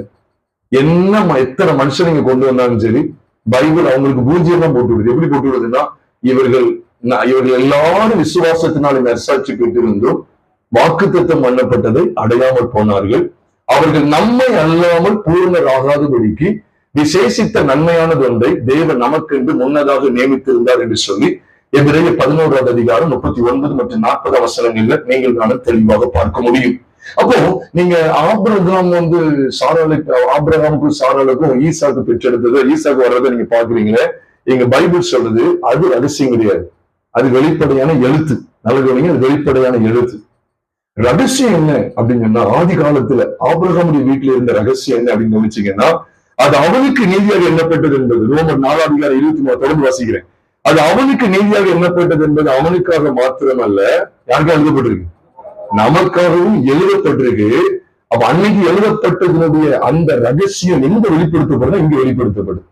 எப்படியா? நம்முடைய கர்த்தராகிய இயேசுவை மரித்தோரிலிருந்து எழுப்பினவரை விசுவாசிக்கிற நமக்கும், சத்தமா சொல்லுங்க, எப்படி எண்ணப்படும்? அப்படியே எண்ணப்படும். அப்படின்னா எப்படியே? ஆபிரகாமுக்கு எண்ணப்பட்டபடியே. அப்ப ஆபிரகாம் எப்படி விசுவாசத்துக்கு வந்தாங்க? நல்ல கவனிங்க, நம்ம பழைய ஏற்பாட்டிலே பார்க்கிறோம். சாராளுக்கு குழந்தையே கிடையாது, அப்புறம் குழந்தை கிடைக்கும். கர்ப்பமே பிள்ளை பிறக்க முடிய கேள்வி, சிரிக்கு நகைக்கா எல்லாம் நமக்கு தெரியும். இன்னைக்கு அதை பார்த்து பார்த்தே இன்னைக்கு பிரசங்கம் எடுக்காங்க. என்ன பிரசங்கம்? குழந்தை இல்லாதவங்களுக்கு அதான் சொல்ல எழுத்து கொள்ளுகிறது. நீங்க தயவு செய்து சொல்றேன், நீங்க எழுத்துக்குள்ளே போகாதீங்க. அப்ப ரோமாபுரியில் உள்ள சபையில நிறைய பேர் கல்யாணம் ஆகி பல வருஷங்கள குழந்தை இல்லாம இருக்காங்க நினைக்கிறீங்களோ? அதுக்கு அப்போஸ்தலன் பவுல் சொல்லி கொடுத்தாரு அப்படின்னு சொல்லியிருப்பாரு. அதே போல ரோமாபுரியில் உள்ள சபையே, உங்களிலும் திருமணமாகி 10 வருடம் 20 வருடங்கள குழந்தை பாக்கி இல்லாதவர்களே, நீங்க ஆபிரகாமையும் சாராளையும் நினைத்துக் கொள்ளுங்க அப்படின்னு சொன்னாதான். சொன்னது புரியுது உங்களுக்கு? அப்ப ஆபிரகாமுடைய சரீரம் செத்துட்டு, சாராளுடைய கர்ப்பமும் செத்துட்டு, செத்து போன இவர்களுடைய சரீரம் இது உயிர்ப்பிக்கப்படுது. செத்து போன கர்ப்பத்திலிருந்து ஜீவன் வருது. அப்ப செத்து போன கிறிஸ்து உயிரோடு எழும்புகிறான். நானும் சொல்றேன், விளக்கம் கொடுங்க, இங்க அப்படியே போட்டு அவனுக்கு எண்ணப்பட்டபடி நமக்கு எண்ணப்படுது. எப்படி எண்ணப்படும்? அப்படியே எண்ணப்படுறதுக்கு என்ன செய்யணுமா? நம்முடைய கர்த்தராகிய இயேசுவை மரித்தோரிலிருந்து எழுப்பினவரை விசுவாசிக்கிற நமக்கும், அந்த வார்த்தையை பாருங்க, நமக்கும் அப்படின்னு என்ன அர்த்தம்? ஆபிரகாமுக்கு எப்படி எண்ணப்பட்டபடியோ அப்படியே நமக்கும் என்ன செய்யப்படும். இப்ப புரியுதா? நீங்க அதனால நீங்க இன்னும் என்ன செய்ய போறீங்க? ஆபிரகாமை குறித்து நம்ம ஐக்கியத்தில் யாரும் அப்படி செய்ய மாட்டாங்க. இந்த தவறு இதுக்கு முன்னால செஞ்சிருந்தா நம்ம என்ன செய்ய மாட்டோம், இதுக்கப்புறம் என்ன செய்ய மாட்டோம், செய்ய மாட்டோம். ஏன் கவலைப்படுறீங்க? ஆபிரகாம் குழந்தை கொடுத்து உங்களுக்கு இதுக்காகவா கிறிஸ்தவம்? இவைகள் எல்லாம் உங்களுக்கு கூட கொடுக்கப்படுன்னு சொல்லிட்டார். புசிக்கிறது, குடிக்கிறது, உடுக்கிறது எல்லாம் கூட கொடுக்கப்படுன்னு சொல்லிட்டார். இதுக்காகவா? தந்தாலும் சரி தராட்டாலும் சரி, சிலர் கொடுக்கிறாரு, சிலர் கொடுக்காம இருக்கிறாரு. அவன் கொடுத்தவங்க பாக்கியசாலிகள், கொடுக்காதவங்க குழந்தை கொடுக்கப்படாதவங்க துர்பாக்கியசாலிகளா? பிரிமானவர்களே, ரோமா பிரிவுள்ள திருச்சபைக்குடைய பிரச்சனை இது கிடையாது, குழந்தை பாக்கியம் கிடையாது. இன்னைக்கு இதை வச்சு என்னெல்லாம் பேசுறாங்க? ஆபிரகாமுக்கு 25 வருஷம் கழிச்சு ஆண்டு குழந்தை தந்தா, 24 வருஷத்துக்கு பிறகு தந்தா. இதை கேட்கிறவங்க உங்களுக்கு ஆண்டு இந்த வருஷத்துக்கு தரப்போற 12 வருஷமா 20 வருஷமான்னு சொல்லும் போது அவன் கொன்னுகிட்டுதான் இருக்கான் நம்மள. அதான் சொல்றேன், ஆதி காலம் முதல் இருந்த ரகசியம் சிருஷ்டிக்குள்ள பாக்குறோம். இவர் தான் இருக்கிறார். இயேசு கிறிஸ்துவை பற்றிய பிரசங்கம் இருக்கு இருக்குதான். நீங்க தாராளம் பாருங்க. இந்த ஆபிரகாமுடைய வீட்டுக்குள்ள பார்த்தாலும் இங்கேயும் என்னதான் இருக்குன்னு கேட்டா, அவனுடைய வீட்டுக்குள்ள யாருதான் இருக்கிறா? இயேசு கிறிஸ்து இருக்கிறாரு. ஆனா அவங்க வீட்டுக்குள்ள இருக்கிற பொன்னையும் வெள்ளியும் காமிச்சு கொடுத்துட்டு இருக்காங்க. ஆபிரகாம் பொண்ணும் வெள்ளியும் உடைய அப்போஸ்தலர்கள் யாருக்கும் காமிச்சு கொடுக்கல. இவங்களை மிஞ்சி ஒரு வெளிப்பாடா இன்னைக்குள்ள இவங்க அதிக பிரசங்கிகள் ஆயிட்டாங்க. அதிக பிரசங்கிகள் சொல்லணும். இந்த அதிக பிரசங்கித்தான எதுக்கு என்ன கேட்க? நான் அப்போஸ்தலர்கள் செய்யாதீங்க. அதான் ஆரம்பத்திலே சொல்லுவேன், அப்போஸ்தலர்கள் சரீர சுகத்தை குறித்து எங்கேயுமே பிரசங்கிக்கலங்க, நாங்களும் பிரசங்கிக்க மாட்டோம். ஆனா பிரபலமான ஊழியக்காரங்க பேசிட்டு இருக்காங்க. அந்த உபாசத்தை இந்த உபாசத்தெல்லாம் பேசிட்டு இருக்காங்க. ஒரு பர்த்திமை என்கிற ஒரு குருடன் இருந்தான். பிரியமானவர்கள், அந்த குருடனை ஆண்டவர் எவ்விதமாய் சுகமாக்கினார் தெரியுமா? அவன் எழுந்து வந்தான். இதை குறித்து ஒரு பிரசங்கம் பண்றாங்க. அப்போஸ்தலர்கள் யாருமே பண்ணலையே, கூட இருந்து பார்த்து அற்புதங்களை பார்த்தவங்களே பண்ணல, நிருபங்களை பண்ணி கொடுக்கல, சபைக்கு இது தெரியப்படுத்தல. அவங்க சொல்லிருக்காங்க, ஏன் 10 வருஷத்துக்கு முன்னால எங்க மத்தியில வாழ்ந்த இயேசுவானவர், இங்க ஒரு 10 வருஷத்துக்கு முன்னால எங்க கூட தான் வாழ்ந்தார். பேர் சொல்லிருக்காங்க, ஒரு 5 வருஷத்துக்கு முன்னாடி எங்களோட வாழ்ந்தவரு எனக்கு என்னெல்லாம் அற்புதம் செஞ்சாரு தெரியுமா? என்னெல்லாம் நம்மளை விட அவங்க தான் வியந்து சொல்லிருக்கணும். நான் கண்ணால பார்த்தேன் தெரியுமா? பேர் சொல்லணும். அவன் ஒருத்த வந்தான், அலக்கழிச்சுட்டு லேகியம் கொடுத்தான், அப்படியே திணறிட்டு வந்தான். ஒரு கட்டளை கொடுத்தால் பாருங்க. இன்னைக்கு அதுலதான் நீங்க பூந்து விளையாடுறாங்க. லேகியோனை குறித்து பேசுறாங்க, திமிரோடக்காரன். நான் என்ன சொல்றேன்னா, அப்போஸ்தலர்கள் செய்யாததை நீங்க செய்றீங்க அப்படின்னா டூப், ஆங்கிலத்தை சொல்ற மாதிரி டூப்னு சொல்லுவாங்க, டூப்ளிகேட், ஏமாத்துத்தனம். அப்போஸ்தலர்கள் என்ன செஞ்சாங்கன்னு காமிங்க. அப்போஸ்தலர்கள் சபைக்கு என்னதை காமிச்சு கொடுத்தாங்க? இந்த அற்புத அடையாளங்கள், அற்புதங்கள் குறித்து, அற்புத சுகாதாரிக்கிறது குறித்து, அதை குறித்து பிரசங்கம் பண்ணாங்களா? பிரசங்கம் பண்ணல. பிரசங்கம் எங்கேயும் பண்ணலங்க. அற்புதங்கள்லாம் நடந்துச்சு, தண்ணி பாடம் நடந்துச்சு. அப்படி பயங்கரமா நடக்கு. மருத்துவம் எழுப்பி விட்டுருக்காங்க, குருட சுகமாயிருதான், மொட்டமன் நடக்குறான். பிரசங்கம் பண்ணியா? அப்படி எங்கேயும் போடலையே. அப்போஸ்தலர் நடவடிக்கைகள் எத்தனையோ பேர் சப்பானிலாம் நடக்கிறான், அசுத்தாவிகளும் அலறி ஓடுது. எங்க அதை பத்தி பிரசங்கம் பண்ணியா? போடவே இல்லை. நீங்க தாராளமா பாருங்க. அவங்க இயேசு கிறிஸ்துவை பற்றிய செய்தி, அவருடைய மரணம் உயிர்த்தெழுதல் குறித்து அறிவிக்க முற்றிலும் என்ன செஞ்சுன்னா அவ்வளவு கம்ப்ளீட் அரெஸ்ட். அங்க தானா அற்புதம் நடந்துட்டு இருக்கு. அற்புதங்கள் குறித்து யாராவது பிரசங்கம் பண்ணிருக்காங்களா? நீங்க சொல்லுங்க. அப்ப அப்போஸ்தலர் பண்ணல, நம்மளும் என்ன செய்ய வேண்டாம், பண்ண வேண்டாம். செழிப்பை பத்தி எங்கேயாவது அப்போஸ்தலர் பிரசங்கம் பண்ணிருக்காங்களா? உங்களுக்கு அது தருவார் இது தருவார் எங்கேயாவது பிரசங்கம் பண்ணிருக்காங்களா? நிருபங்கள்ல பண்ணல. நம்ம அந்த பாதகத்தை நம்ம ஏன் செய்வாங்க? அந்த பாவத்தை நம்ம ஏன் செய்வாங்க? நம்மளும் செய்ய வேண்டாம். ஆனா ஆண்டவர் நமக்கு அவங்களுக்கு தர வேண்டிய இந்த ஆகாரத்தை அழகா தந்துட போறார். போஷிப்பு, உடுத்துவிப்பு, நடத்திப்பு எல்லாத்தையும் ஆண்டு தந்து நம்மளை நினைச்சு போறாரு, அழகா போஷிக்க போறார். சிலருக்கு இன்னைக்கு 1000 ரூபாய் தேவை, அது தரப்போறார். சிலருக்கு 300 ரூபாய் போதும், அதையும் தரப்போறார். ஆண்டவர் ஒரு கார் வேணும், அதையும் ஆண்டு கிருபியா தந்துடுவார். ஆனா அந்த காரை குறித்த பிரசங்கம் மட்டும் நம்ம பிரயோஜனம் இல்லை. அதனால நீங்க எழுத்தின்படி பார்க்காதீங்க, மறைவானதை பாருங்க. ஆதி காலம் முதல் இந்த ரகசியம். அதனாலதான் அப்போஸ்தலனாகிய பவுல் என்ன சொல்றது தெரியுமா? நான் இந்த ஊழியத்தை மட்டும்தான் செய்யறேன்னு சொல்லிட்டார், இதை தவிர வேற எதையும் சொல்றது இல்லைன்னு சொல்லிட்டார். தெரியுமா உங்களுக்கு? அப்போஸ்தலனாகிய பவுலுடைய ஊழியத்தை நீங்க எடுக்கணும் அவசியம் இல்லை. இதுல கூட எழுதி போட்டு 2 வசனங்கள் தான்.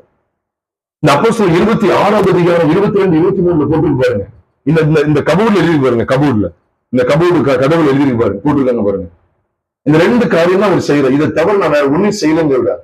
ஆனாலும் தேவ அனுக்கிரகம் பெற்று நான் இந்நாள் வரைக்கும் சிறியோருக்கும் பெரியோருக்கும் சாட்சி கூறி வருகிறேன். தீர்க்கதரிசிகளும் மோசையும் முன்னமே சொல்லி இருந்தபடியே கிறிஸ்து பாடுபட வேண்டியதென்றும் மரித்தோர் உயிர்த்தெழுதலில் அவர் முதல்வராகி சுய ஜனங்களுக்கும் அந்நிய ஜனங்களுக்கும் ஒளியை வெளிப்படுத்துகிறவர் என்று சொல்லுகிறேனே அன்றி வேறு ஒன்றையும் சொல்லுகிறது இல்லை. சின்ன பிள்ளைங்க ஊழியமா இருந்தாலும் சரி, பெரியவங்க மத்தியில் செய்யற ஊழியமா இருந்தாலும் சரி, தேவ அனுக்கிரகம் அப்போஸ்தலனாகிய பவுலுக்கு எப்படிதான் இருந்துச்சு நான் சொல்லிருங்க. அதான் உங்க பார்வைக்கு வச்சிருக்கேன். நான் பார்த்ததுனால எனக்கு வச்சு கிடைச்சதுனால உங்க பார்வைக்கு திருப்பி வச்சிருக்கேன். இதை தவிர வேற எதுவும் என்ன செய்ய மாட்டேன். ஏன்னா மோசையும் தீர்க்கதரிசிகளும். மோசை எங்க சொன்னாரு? கிறிஸ்து பாடுபட வேண்டியது எங்க சொன்னார்? நீங்களே யோசிச்சு பாருங்க. இல்லையே. வெளிப்படையா கிறிஸ்து பாடுபட போறார் அப்படின்னு சொல்லி எங்கேயா சொல்லிக்காரா? எங்கேயாவது இல்ல. ஆதியாமோ, யாத்திராமோ, லேவியராமோ, என்னாமோ, உபாகமோ, இந்த 5 ஆகமங்களும் யார் எழுதுன்னு சொல்லி சொல்றாங்க சரித்திரத்துல? மோசே. அதுக்கப்புறம் வருது தீர்க்கதரிசிகள் எழுதுறாங்க. அப்போ மோசையும் தீர்க்கதரிசிகளும், சங்கீதமும் இருக்கு. அதுதான் அடுத்தது சொல்றேன். அப்ப மோசையும் தீர்க்கதரிசிகளும் முன்னமே சொல்லியிருந்தபடியே அப்ப நம்ம எங்கதான் நிக்க வேண்டியது இருக்குன்னா பிரியமானவர்கள, அப்ப குமாரனை குறித்த வெளிப்பாடு இயேசு கிறிஸ்து. அப்ப நீங்க வெளியே மேலோட்டமா பார்க்காதீங்க. மேலோட்டமா இயேசு கிறிஸ்து மரித்தோர் உயிர்த்தெழுவார்கள் எங்கேயாவது சாமியல் தீர்க்கதரிசியோ மோசையோ எங்கேயாவது பிரசங்கிச்சாங்களா? நீங்க சொல்லுங்க. பிரசங்கிக்கல. நீ வேதத்தை நல்ல உன்னிப்பா கவனிங்க. இது எழுத்தின்படியான சுய தோற்றமான பொருளை தராமல், அப்ப ஆதி காலம் முதல் மறைந்திருந்த ரகசியம் என்ன? அது அவன் சொல்ற அழகா சொல்ற, அந்த காலத்தோட தீர்க்கதரிசிகளுக்கு எல்லாம் வெளிப்படுத்தப்படல, பரிசுத்தாவின் அவங்களுக்கு வெளிப்படுத்தல, எங்களுக்கு அதை வெளிப்படுத்தினான்னு சொல்றாருன்னா அதைத்தான் நம்ம படிக்க வேண்டியது இருக்கு. நீங்க இப்படி இந்த கோணத்துக்கு வரல அப்படின்னா ஈஸியா ஆபிரகாம் சாராளுக்கு பிள்ளைகளை அதை வச்சு உங்களை ஈஸியா மாத்திரும். நான் அதான் கேட்கிறேன், உலகத்துல அழகழகான பிள்ளைகளை பெற்றிருக்காங்கல்ல, அவங்களுக்கு ஆபிரகாம் ஈசா கூடிய பிரசங்கத்தை கேட்டு விசுவாச பிள்ளை பெற்றிருக்காங்க. இயேசு அறியாதவங்க சொல்லுங்க. இயேசு அறியாதவங்க ஆபிரகாம் ஈசாவுக்கு விசுவாசித்தான் பிள்ளையை பெற்றிருக்காங்க. அப்ப அவங்களுக்கு இயேசு தேவையா? இந்த பிரசங்கம் தேவையா? இந்த பிரசங்கம் இல்லாமலே எவ்வளவு பிள்ளை பெற்றிருக்கு. இத்தனை கோடிக்கணக்கான ஜனங்கள் உருவாயிருக்காங்க. யோசிச்சு பாருங்க. இது அதுக்காக சொல்லப்பட்டது அல்ல. இயேசு கிறிஸ்து இருந்துதான் வெள்ளியும் பொண்ணும் மக்கள் வாங்கியிருக்காங்களா? நான் கேட்கிறேன். உலக மக்கள் நம்மளை விட இவ்வளவு வெள்ளி பொண்ணு வச்சிருக்காங்க, எவ்வளவு பொண்ணு வச்சிருக்காங்க. இயேசு கிறிஸ்து விசுவாசித்தா இல்ல. நம்ம யோசிக்கணும் பிரியமானவர்களே. நீங்க எழுத்தின்படி மேலோட்டமா பார்க்காதீங்க. நீங்க மேலோட்டமா பார்த்து தான் நீங்க சபைகள் சீரழிந்து இருக்கு. நீங்க இயேசு கிறிஸ்துவ ஒவ்வொரு பகுதியிலையும் பாருங்க. இந்த சிருஷ்டிப்புல அவர் தான் இருக்கிறார். அந்த ஓய்ந்து இருந்தாருன்னு போட்டு பார்த்தீங்களா? சிருஷ்டிப்பெல்லாம் முடிச்சு ஓய்ந்து இருந்தான்னு பார்த்தீங்களா? அங்கேயும் கிறிஸ்து தான் இருக்கிறார். ஆதியாகமம் 2வது அதிகாரத்துல அது ஒரு குறிப்பிட்ட நாள் அவர்ல ஓய்ந்திருந்த 2ஆம் வசனத்துல தேவன் தாம் செய்த தம்முடைய கிரியை 7ஆம் நாளிலே நிறைவேற்றி தாம் உண்டாக்கின தம்முடைய கிரியைகளை எல்லாம் முடித்த பின்பு 7ஆம் நாள் என்ன செய்திருந்தார்? ஓய்ந்திருந்தார். அவர் ஓய்ந்திருந்தபடி 7ஆம் நாள் ஆசீர்வதித்ததை பரிசுத்தமாக்கினார். 3ஆம் வசனத்துல போட்டு பார்த்தீங்களா? அப்ப அவர் சிருஷ்டித்து எல்லாத்தையும் அவர் மூலமா தான் சிருஷ்டிக்கப்படுது. குமாரன் மூலமா தான் சிருஷ்டிக்கப்பட்டது. அவர் ஓய்ந்திருந்தாருங்கிற இந்த வெளிச்சம் எபிரேயர் 4வது அதிகாரத்துல அவர் உயிர்த்தெழுதலை குறிக்கி. நான் புதுசா நாமும் சொல்லல, பைபிள் அப்படிதான் இருக்கு. எபிரேயர் 4வது அதிகாரத்துக்கு வந்தீங்கன்னா அதுல எவ்வளவு அழகா சொல்லப்பட்டிருக்கு பாருங்க. எபிரேயர் 4வது அதிகாரம் 10 வசனத்தை வாசிக்கலாம். அவருடைய இளைப்பாறுதலில் பிரவேசித்தவன் தேவன் தம்முடைய கிரியைகளை முடித்து ஓய்ந்தது போல தானும் தன் கிரியைகளை முடித்து ஓய்ந்திருப்பானா. 4ஆம் வசனத்தை நான் வாசிக்கிறேன். 4ஆம் வசனத்தை வாசிக்க, தேவன் தம்முடைய கிரியைகளை எல்லாம் முடித்து 7ஆம் நாளிலே ஓய்ந்திருந்தார் என்று 7ஆம் நாளை குறித்து ஓரிடத்தில் சொல்லி இருக்கிறார். அன்றியும் அவர்கள் என்னுடைய இளைப்பாறுதலில் பிரவேசிப்பதில்லை என்றும் அந்த இடத்திலே தானே சொல்லியிருக்கிறாராம். யோசிச்சு பாருங்க. எந்த இடத்துல ஓய்ந்திருந்தார்? 7ஆம் நாளை குறித்து ஒரு இடத்துல சொல்லியிருக்காரு. எங்க?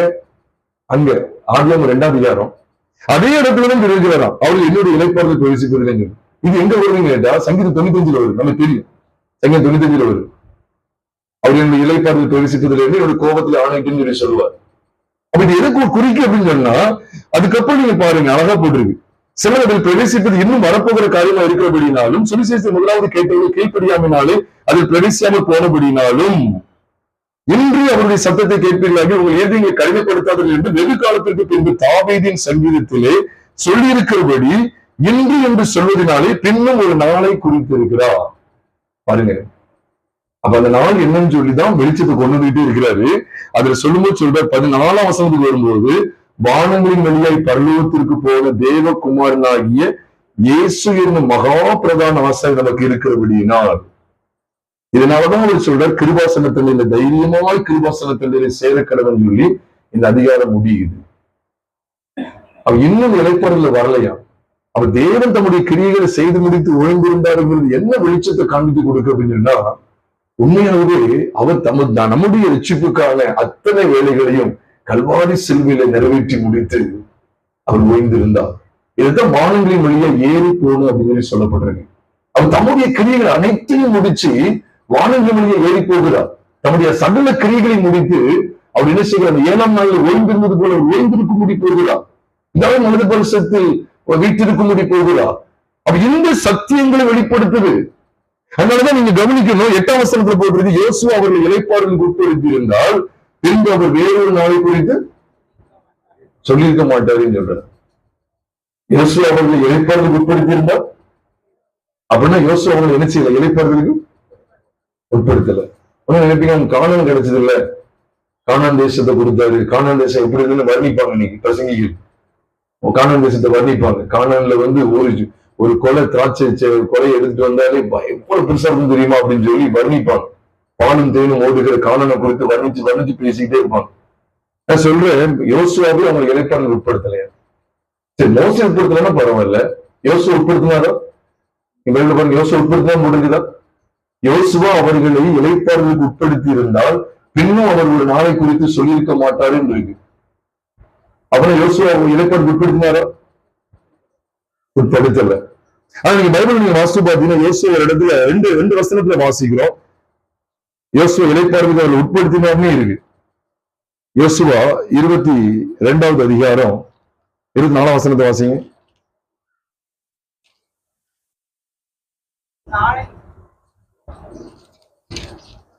ஒரு நிமிஷம். 21வது அதிகாரம், அன்னைக்கு 21வது அதிகாரம் 44ஆம் வசனத்தை வாசிக்கலாம். 44ஆம் வசனத்தை நீங்க பாருங்க.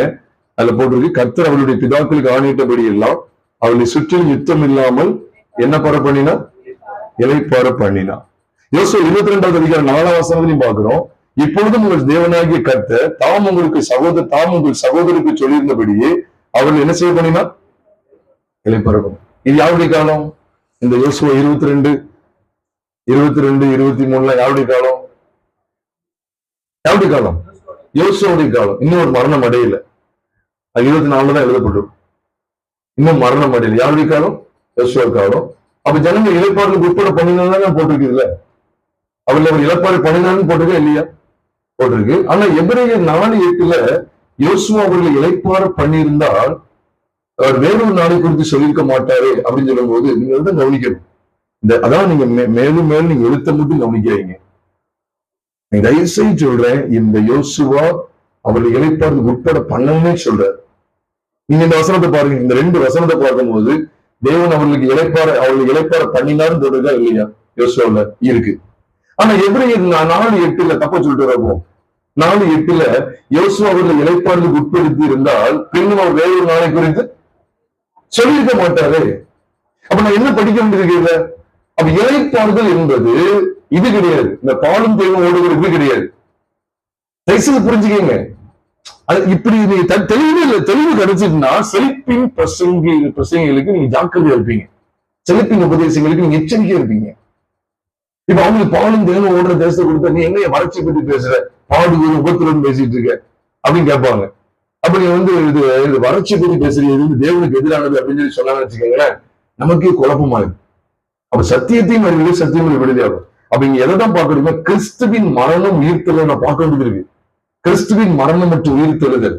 யோசுவா அவங்களுக்கு இளைப்பாறுதலுக்கு உட்படுத்தினாலும் இல்லையா? நீங்க யோசுவா மட்டும் பாத்தீங்க, அதான் சொன்னேன், நீங்க இதை மட்டும் பாத்தீங்கன்னா என்னது? உங்களை கொன்றும். எழுத்து கொள்ளுகிறது, ஆவியோ.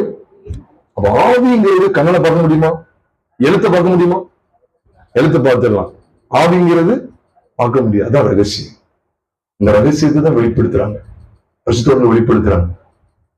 எவ்வளவு நாட்களும் தெரியாதா? யோசுவா நாட்கள்ல ஜனங்களுக்கு இளைப்பாறுதல் கிடைச்சுன்னு தெரியாதா? எத்தனை ராஜாக்களை முறியடிச்சு கானான் தேசத்தை சுதந்திரிச்சு எவ்வளவு சந்தோஷத்தோடு கானான் தேசத்தை சுதந்திரிச்சு அவங்க எல்லைகள் எல்லாம் பங்கிட்டு கொண்டாங்க. இது உங்களுக்கு தெரியாதா? எல்லாம் தெரியும். மோசே செஞ்சாரா? யோசுவா செஞ்சாரா? யோசுவா செஞ்சாரு. ஆனா யோசுவா அவங்க இலைப்பாடு உட்படுத்துன்னு சொன்னாருன்னா இதைத்தான் படிக்க வேண்டியது இருக்கு. அப்படி இங்கேயும் நீங்க கவனிச்சீங்கன்னா அப்போ ஆண்டவர் உங்களுக்கு வீடு தருவா. போன வாரம் ஏதோ ஒரு செய்தினே கேட்டேன்னா இதுல ஒரு செய்தியை கேட்டுட்டு இருந்தோம். இந்த பக்கத்துல தான் செய்தி சொல்லிட்டு இருக்காங்க. கர்த்தர் மகளே உனக்கு வீடு வேணும்னு சொல்லி கேட்கிற, சொந்த வீடு எனக்கு அங்க தரமாட்டாரான்னு கேட்கிற. அப்படி இருக்கு என் செல் அப்படி இருக்கிறது. தரமாட்டாரான்னு சொல்லி எங்கிட்டு இருக்கியா? உனக்கு ஆண்டு வீட்டை தரும் கர்த்தர் சொல்ற, உனக்கு வீட்டை தருவேன்னு சொல்லி சொல்ற. வீட்டுக்கு மேல வீட்டு தரேன்னு சொல்லி சொல்றாரு. ஏன்னா உங்களுக்கு இந்த காணான தானே காமிச்சு கொடுக்கிற நோக்கமா இருக்கு. காணானி கிறிஸ்து, இங்க சொல்லப்பட்டிருக்கிற காணானி கிறிஸ்து எடுத்து கொள்ளுகிறது. நீங்க இந்த காணான பார்த்து பார்த்து நீங்க பாருங்க. பைபிள் காலேஜ் என்ன நீ படிக்கிறீங்க கேட்கிற. பைபிள் காலேஜ் என்னப்பா நீ படிக்கிற? பிரசங்கி மாதிரி நீங்க என்ன படிக்கீங்க பைபிள் காலேஜ்ல? இடம் படிச்சுட்டு இருக்கீங்களா? சேர்த்து பலியும் செலுத்துங்க. அப்போ பலி செலுத்துன்னு போட்டுருக்கு, தூக்க கூட வைக்கிறது வைங்க. அப்போ அதிரசம் சுட்டுவீங்க போட்டிருக்குல்ல. எடுத்து கொள்ளுகிறது. நீங்க எது தெரிய மாட்டேன் தெரியுமா? ஐயா ரகசியம் எங்கேங்க தெரியும்? வந்தோம்னா அந்த பாக்ஸை பார்க்கணும். இந்த தெண்டை பார்த்து போயிருந்தேன் ஐயா. இதுக்கு கீழே 50 அடிக்கு கீழே புதையல் இருக்குன்னு சொல்றீங்க. ஆமா, எடுத்து கொடுக்குறோம், அவ்வளவுதான். இதுக்குதான் புதிய ஏற்பாடு. பரிசுத்தம் ஏற்படுத்தப்பட்ட நோக்கம் என்ன? அப்போஸ்தலர் தேவன் ஏற்படுறதுக்கான நோக்கம் என்ன? கதடிக்கிறதுக்கு இல்ல. பழைய காரியங்களை சொல்லி கொடுத்துருங்க. யோசிச்சு பாருங்க, முரண்பாடா இருக்கு பாருங்க. பழைய இதுல அவங்க எழுத்தின்படி ஆசீர்வாதத்தை பெருகிக்கிட்டாங்க.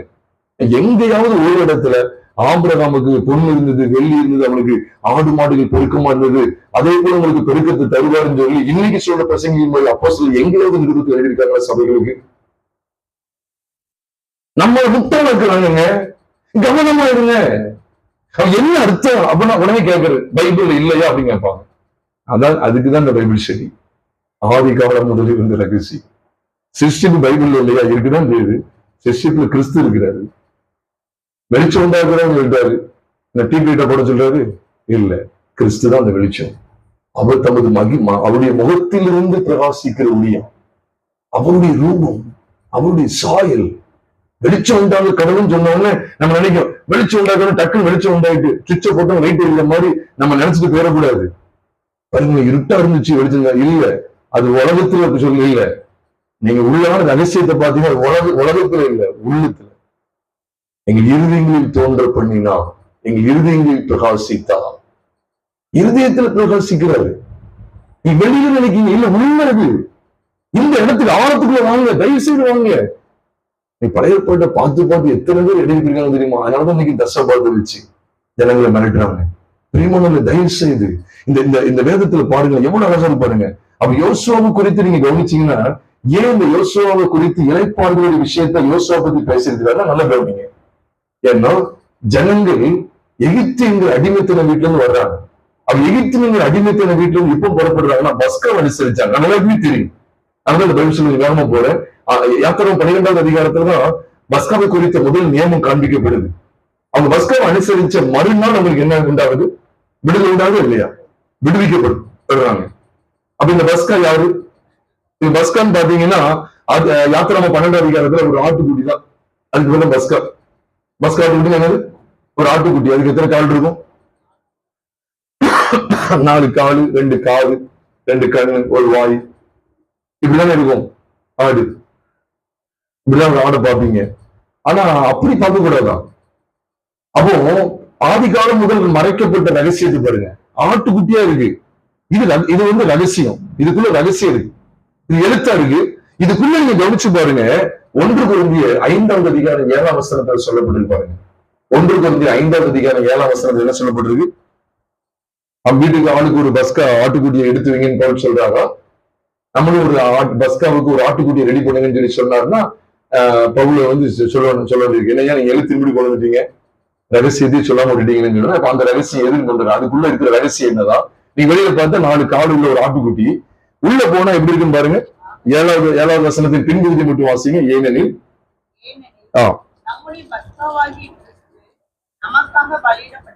இங்க ஒரு பர்சன், அங்க ஒரு அனிமல் இருக்கு, இங்க ஒரு பர்சன் இருக்கு. ரகசியத்தை பாருங்க.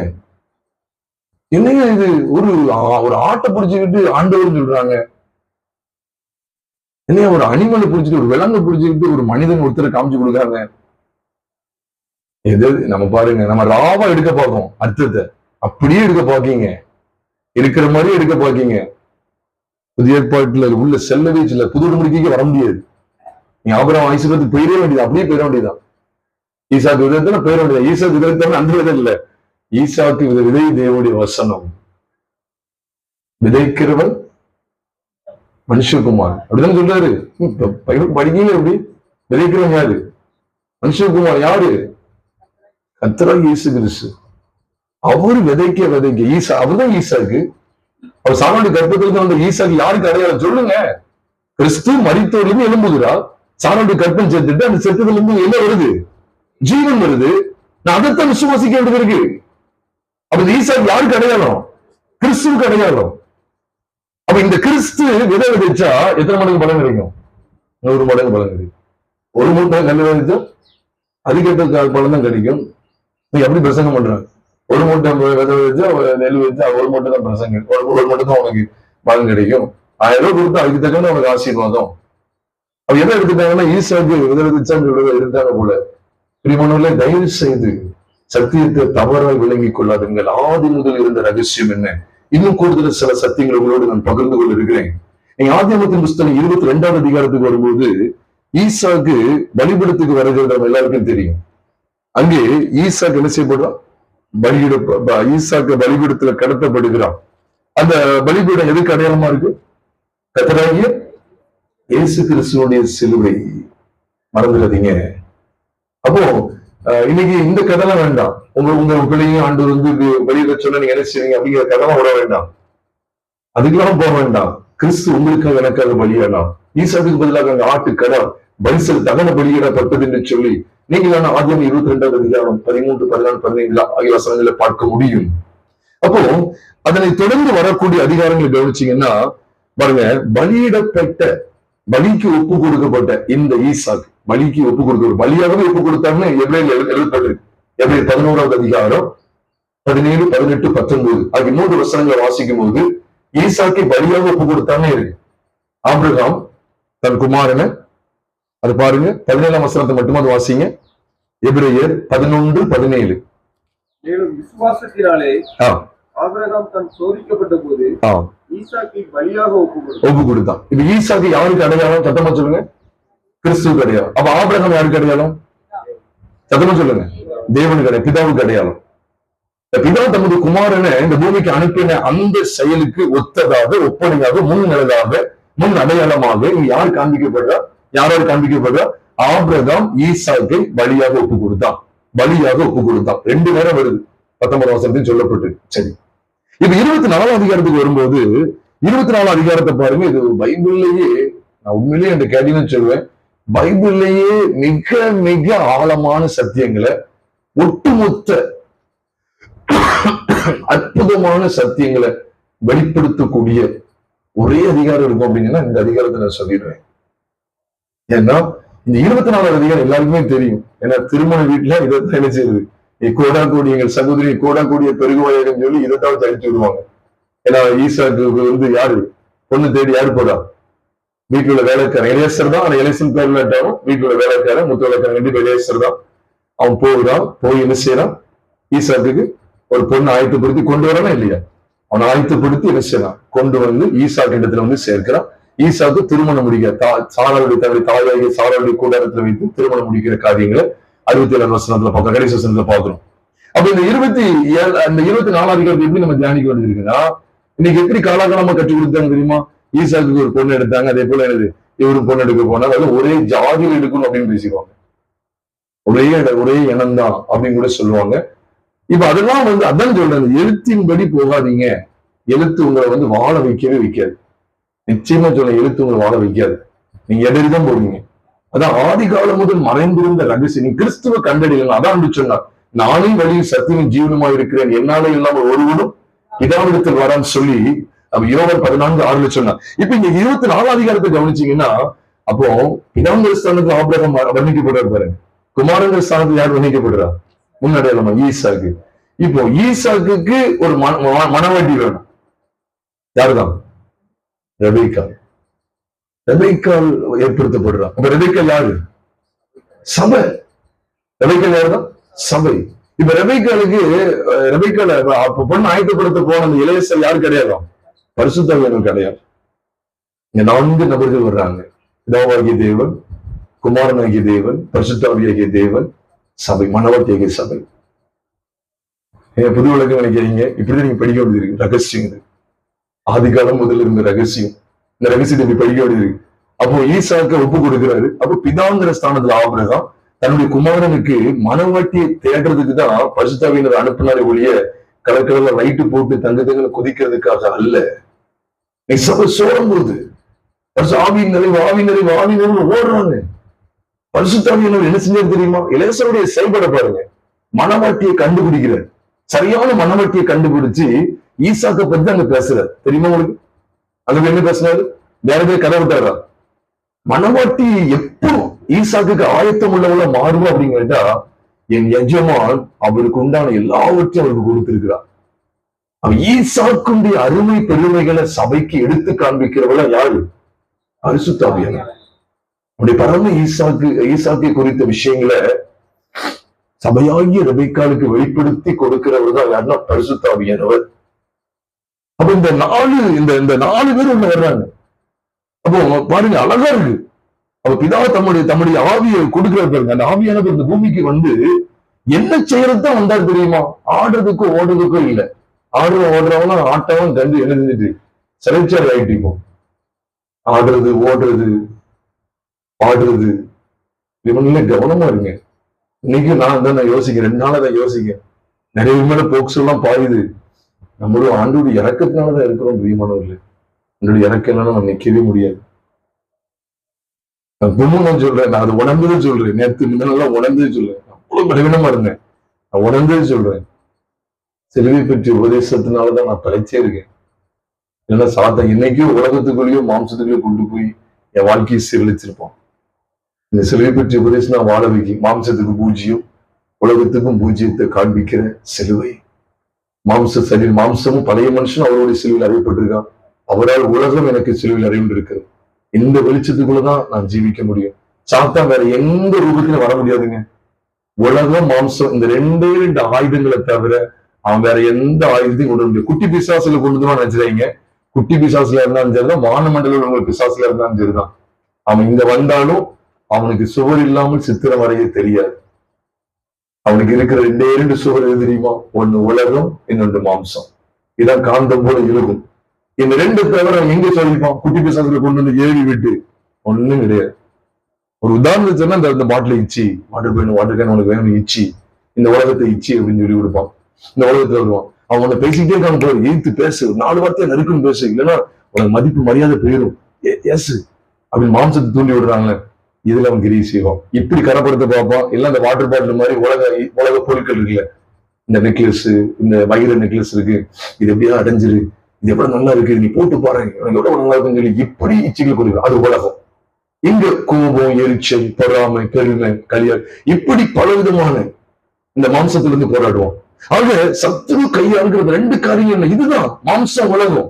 அப்ப பரிசுத்தம் எதுக்காக வெளிப்படுத்தப்பட்டால் ரெபெக்காள் ஆயத்தப்படுத்தணும். அதனாலதான் பாருங்க, குமாரனுக்கு அடையாளமாக ஈசாக்கு, சபைக்கு அடையாளமாக ரெபெக்காள். அதனாலதான் ஈசாக்கு ஒரே மனைவிதான்.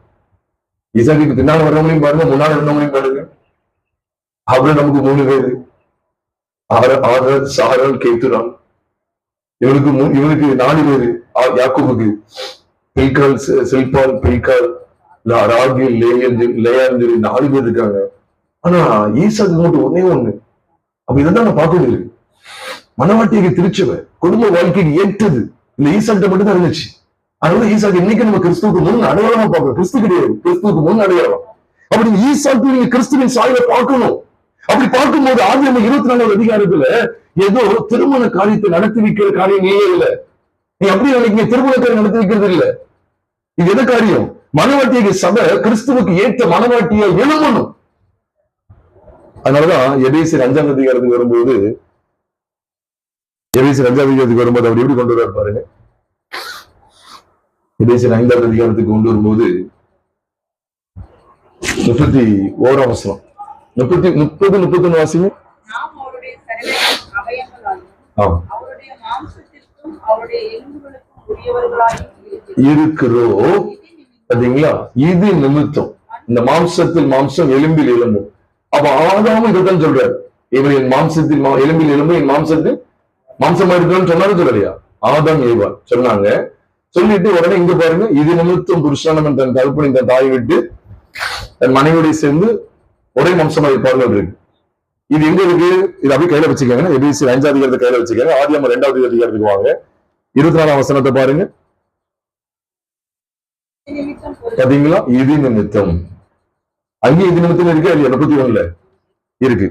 அப்ப இது நிமித்தம் அப்படின்னு போட்டு அதே வசனம் தான் இருக்கு. அப்ப அதுக்கு முன்னால ஒண்ணு போட்டிருக்கல, இது நிமித்தம் இது நிமித்தம். அதுக்கு முந்தின வசனத்தை பார்க்கணும் வேண்டாமா?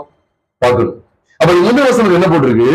இவன் என் எலும்பில் எலும்பும் என் மாம்சத்தில் மாம்சமானவள் 23ஆம் வசனத்தை போட்டிருக்கு. ஆதியாகமம் 2வது அதிகாரம் 23ஆம் வசனத்துல இவள் என் எலும்பில் எலும்பும் என் மாம்சத்தில் மாம்சமா இருக்கிறாள். அதுக்கப்புறம் தான் போட்டிருக்கு இது நிமித்தம். அப்ப இங்கேயும் பாருங்க 30ஆம் வசனம் என்ன போட்டிருக்கு? நாம் அவருடைய மாம்சத்துக்கும் அவருடைய எலும்புகளுக்கும். பாத்தீங்களா? மாம்சத்தில் மாம்சம், எலும்பில் எலும்பு இந்த இது வந்துட்டு பாத்தீங்களா? இது நிமித்தம். அப்ப நீங்க ஆதாம் ஏவாளுக்கு சொல்லப்படுது நினைக்கீங்களா? அது அப்ப அங்க யாரை பத்தி இருக்கு? உண்மையான அப்ப அங்க உத்து பார்த்தா கூட நமக்கு ஆதாம் ஏவாள் தான் தெரியுது. உத்து பார்த்தா கிட்ட வச்சு பார்த்தாலும் அப்படிதான் இருக்கு. ரகசியங்களை சொல்லுங்க. கிறிஸ்துவும் சபையும். இதுதான் பிரியமானவர்களே. நீங்க எல்லாரையும் பாருங்க. இந்த ரெண்டுல மட்டும் தான் இதுல ரெண்டு கொஞ்சம் காரியம் மட்டும் பாருங்க, மற்றதை பார்க்காதுன்னு சொல்றாரு. எல்லாரையும் பாருங்க பிரியமானவர்களே, எல்லாரையும் பாருங்க. இதைத்தான் தேவன் வெளிப்படுத்திக்கிட்டே இருக்கிறாரு. ஆதியிலிருந்து வெளிப்படுத்துறாரு. இதை கேட்பார் கிடையாது. கேட்டா இன்னைக்கு என்னன்னா, இன்னைக்கு எனக்கு நிறைய எதிர்ப்பு வருது. உண்மையாவே சொல்ல எனக்கு நிறைய எதிர்ப்பு இருக்கு. எதிர்த்துக்கிட்டே இருக்காங்க. எதுக்கு? இவர் ஒரே தான் பேசிட்டு இருக்காருன்னு சொல்றாங்க. பைபிளே ஒரே தானே பேசிட்டு இருக்கு. சிருஷ்டிப்படியும் அவர்தானா? வெளிச்சம் உண்டாக்குறன்னு அவர்தானா? சகலத்தையும் படைக்கிறது அவர்தானா? ஓய்ந்திருந்த அதுலயும் அவர்தானா? ஆமா அவர்தான். அதுக்கப்புறம் வர்றதுல காயினுக்கு நியாயத்தீர்ப்பு கொடுக்கறது அவர்தானா? குமாரனை கொண்டு நியாயம் தீர்ப்பார்ன்றது அங்கேயும் அவர்தானா? ஆபேல் பலி செலுத்தினா அங்கேயும் அவர்தானா? ஆதங்கள் பாவம் செஞ்சுட்டாங்க, அப்போ ஒரு மிருகத்தோட அடிச்சாரு, அங்கேயும் அவர்தானா? அங்கேயும் அவர்தான். சரி, அதுக்கப்புறம் நோவா வேலை ஆயத்தம் பண்ணார், அங்கேயும் அவர்தான். எப்படி இருக்கு பாருங்க. இப்ப ஆதியாகமத்துல 2வது அதிகாரத்துல பாக்குறோம், ஆதாம் ஏவாளை பத்தி போட்டிருக்கு, அங்கேயும் அவர்தானா? அங்கேயும் அவர்தான், குமாரன் தான். பரிசுமத்துகள் வருது, இருக்கட்டும். யாருக்கு நஷ்டம்? உங்களுக்கு நஷ்டம். நாங்க ஒண்ணும் ஏதோ சுவிசேஷ புஸ்தகத்தின் நிருபத்தை மட்டும் பேசிட்டு இருக்கல, ஆதியாகத்திலும் பேசிட்டு இருக்கோம். ஆதி முதல் இருந்தவர். அதனாலதான் எல்லாரும் தெரியும், 1:1 சொல்றாரு. ஆதி காலம் முதல் இருந்ததும், ஆதி முதல் இருந்ததும், நாங்கள் கேட்டதும், எங்கள் கண்களினாலே கண்டதும், நாங்கள் நோக்கி பார்த்ததும், எங்கள் கைகளினால் தொட்டதுமான ஜீவ வார்த்தைகளுக்கு அறிவிக்கிறோம். ஆதி காலம் முதல் இருந்தவர் அங்க இருந்து வந்துகிட்டே இருக்கிறாரு. ஸ்ரீமித்து அங்கேயும் அவர்தான். ஏதேன் தோட்டத்தில் ஜீவ விருட்சம் அதுவும் அவர்தான். என்னை புசிக்கிறவன் என்னென்றைக்கும் அறியாமல் இருப்பான். ஜீவ விருட்சம் அவர்தான். வேற என்ன சந்தேகம்? ஆபிரகாமுடைய வீட்லயும் அவர்தான். நீங்க பாருங்க, ஆதியாகமம் 2வது அதிகாரத்துல ஆதாயங்களை பத்தி போட்டிருக்கு. நம்ம நினைச்சிட்டு இருக்கோம், நீங்க எழுத்தை மட்டும் பார்க்காதீங்க. உடனே எனக்கு வந்துருமா, உடனே குடும்ப வாழ்க்கை நினைக்காங்க. குடும்ப வாழ்க்கை தான் வேண்டாம் இல்லை. அந்த குடும்ப வாழ்க்கை கணவன் மனைவிங்கிற உறவு தான். நான் இல்லைன்னு சொல்லல. இந்த உறவு எதில் அடிப்படையில் இருக்கும் தெரியுமா? எனக்கும் மனவாட்டி. நான் உண்மையிலேயே நான் தேவனுக்கு உண்மையா வச்சுக்கோங்களேன், என் மனைவிக்கு நான் உண்மையா இருப்பேன். உண்மையா இல்லையா? எனக்கு இந்த வெளிப்பாடு கிடைச்சா போதும், நான் அவருக்கு மனவாட்டி அப்படிங்கிற அந்த வெளிப்பாட்டுல நான் உண்மையா இருந்தேன் அப்படின்னா என் மனைவி நான் துரோகம் செய்ய மாட்டேனே. அந்த உறவு பழுதுபட்டுட்டா இந்த உறவு தூள் ஆயிரும். நான் இதை பிடிக்க நினைச்சேன்னா அதை விட்டுருவேன். நான் அதை பிடிச்சுன்னு வச்சுக்கோங்களேன், நான் இதை விடவே மாட்டேன். புரியுதா? அதுக்குதான் இந்த வெளிப்பாடு வேணும். குடும்ப உறவா அதுல இந்த வெளிப்பாடு வேணும். எல்லாவற்றிலும் இந்த ரகசியம் வெளிப்படுத்தப்பட்டுக்கிட்டே இருக்கு. இதை விட்டு அதிக பிரியமானவர்களே, எல்லாவற்றிலும் நம்ம தான் பார்க்க தெரியாம பார்த்துட்டோம். எங்கேயா இயேசு கிறிஸ்து இருக்கு? ஆதியாகமம் 1வது அதிகாரத்துல கேட்காதீங்க. இல்ல, ஆதி காலம் முதல் அடக்கமா இருந்தது. அடக்கம் பண்ணவங்க யாரும் பார்க்க முடியாது. அதை மீண்டும் இடத்தில் அமைக்க இருக்கு. இதுக்கு கீழே 50 அடி ஆழத்திலேயே 5 அடி ஆழத்திலேயே பெரிய பொறியல் இருக்கு. என்ன செய்யணும்? மேலேயே பார்த்துட்டு இருக்க போறீங்களா? மேலோட்டமான கிறிஸ்தவங்களை வளர போறீங்களா? கர்த்தர் அது தருவார் இது தருவார் ஆபிரகாமை பார்க்க போறீங்களா? நீ நோவாவுக்கு ஒரு பெரிய ப்ராஜெக்ட் வந்தது போல எங்களுக்கு 250 கோடியில ஒரு செலவுல ஒரு ப்ராஜெக்ட் கொடுத்திருக்காருன்னு இன்னைக்கு உலகத்தை ஏமாத்திட்டு இருக்கான். 400 கோடி ப்ராஜெக்ட், 500 கோடி ப்ராஜெக்ட், என்ன நோவாவுக்கு கொடுத்தாரு அப்படின்னு சொல்லி அது என்ன ப்ராஜெக்ட் பார்க்க தான் போறோம். அப்ப இங்க நம்ம கவனிக்கிறோம், ஆதியாகமம் 2வது அதிகாரத்துல இது நிமித்தம் போட்டிருக்கு. சரி, இது நிமித்தம் போட்டிருக்கு, அதே தான் இங்க போட்டிருக்கு. எலும்பை மாம்சத்துக்கு மாம்சம், நாம ஒரு எலும்புக்கு மாம்சத்துக்கு உரியவனா இருக்கு. இது நிமித்தம் புருஷனும் தன் தகப்பனையும் தன் தாயை விட்டு பிரிந்து மனைவியுடைய சேர்ந்து விட்டு மனைவியுடைய சேர்ந்திருப்பான், அவர்கள் இருவரும் ஒரே மாம்சமா இருப்பார்கள். இதை சொல்லிட்டு அடுத்த வசனம் என்ன சொல்றான்னு பாருங்க. 32 பாருங்க, கடைசி வசனம். இந்த ரகசியம் இது என்னதான்? இது ஆதாம் அவரை பத்தியா? இது என்னது? இது ரகசியம். இது ரகசியம். நீங்க உடனே ஆதியாகமம் 2வது அதிகாரத்துல பார்த்திருக்கீங்கன்னு சொல்லிட்டுதான் இது ரகசியம் சொல்றாரு. இந்த ரகசியம் பெரியது சொல்லிட்டு என்ன சொல்றாரு? நான் ஆதாமையும் ஏவாளையும் குறித்து பேசுறேன்னு சொல்லல, நான் ஈசாக்கு ரெபெக்காவை குறித்து பேசுறேன்னு சொல்லல, நான் தாவீது மீகாலை குறித்து பேசுறேன்னு சொல்லல. வாசிக்கலாம். எப்படியோ நீங்க சொல்றீங்க பவுலே, நீங்க எப்படி சொல்றீங்க? இதே இது ஆதாம் ஏவாள் தான் சொல்லப்பட்டது. கேளுங்களேன், அப்படி கேட்டு பாருங்களேன். இது ஆதாம் ஏவாள் தான் சொல்லப்பட்டது. அப்போ அவரு அதான் தெளிவு வழங்க போட்டார், இது ரகசியம்ப்பா அப்படின்னு சொல்லிட்டாரு. இந்த ரகசியத்தை அறியணும் பிரியமானவன்ல, ஆதாம் ஏவாள் தான். ஆனா அந்த ஆதாம் ஏவாள்ல யார வெளிப்படுத்துறாருன்னா கிறிஸ்து, அப்படி சபை.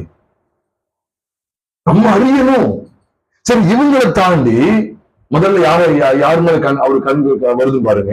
இவங்களை தாண்டி நோவா வர்ற, நோவாவுடைய பேலை நம்ம எல்லாருக்கும் தெரியும். அந்த பேலையில சிலராக 8 பேர் மாத்திரம் பிரவேசிச்சாங்க. இப்ப 1 பேதுரு 3வது அதிகாரத்துக்கு வாங்க. 1 பேதுரு 3வது அதிகாரம் அது 20 மற்றும் 21 2 வசனங்களை பார்க்கும்போது நம்ம எல்லாருக்குமே தெரியும். அந்த ஆவிகள் பூர்வத்தில் நோவா பேழையை ஆயத்தம் பண்ண நாட்களில் தேவ நீதி பொறுமையோடு இருந்த போது கீழ்ப்படியாமல் போனவைகள். அந்த பேழையை சிலராகி 8 பேர் மாத்திரம் பிரவேசித்து ஜலத்தினாலே காக்கப்பட்டார்கள். இப்ப பேழையில இந்த ஜலம் உங்களுக்கு ஞாபகம் இருக்கு, பாத்துக்காங்க.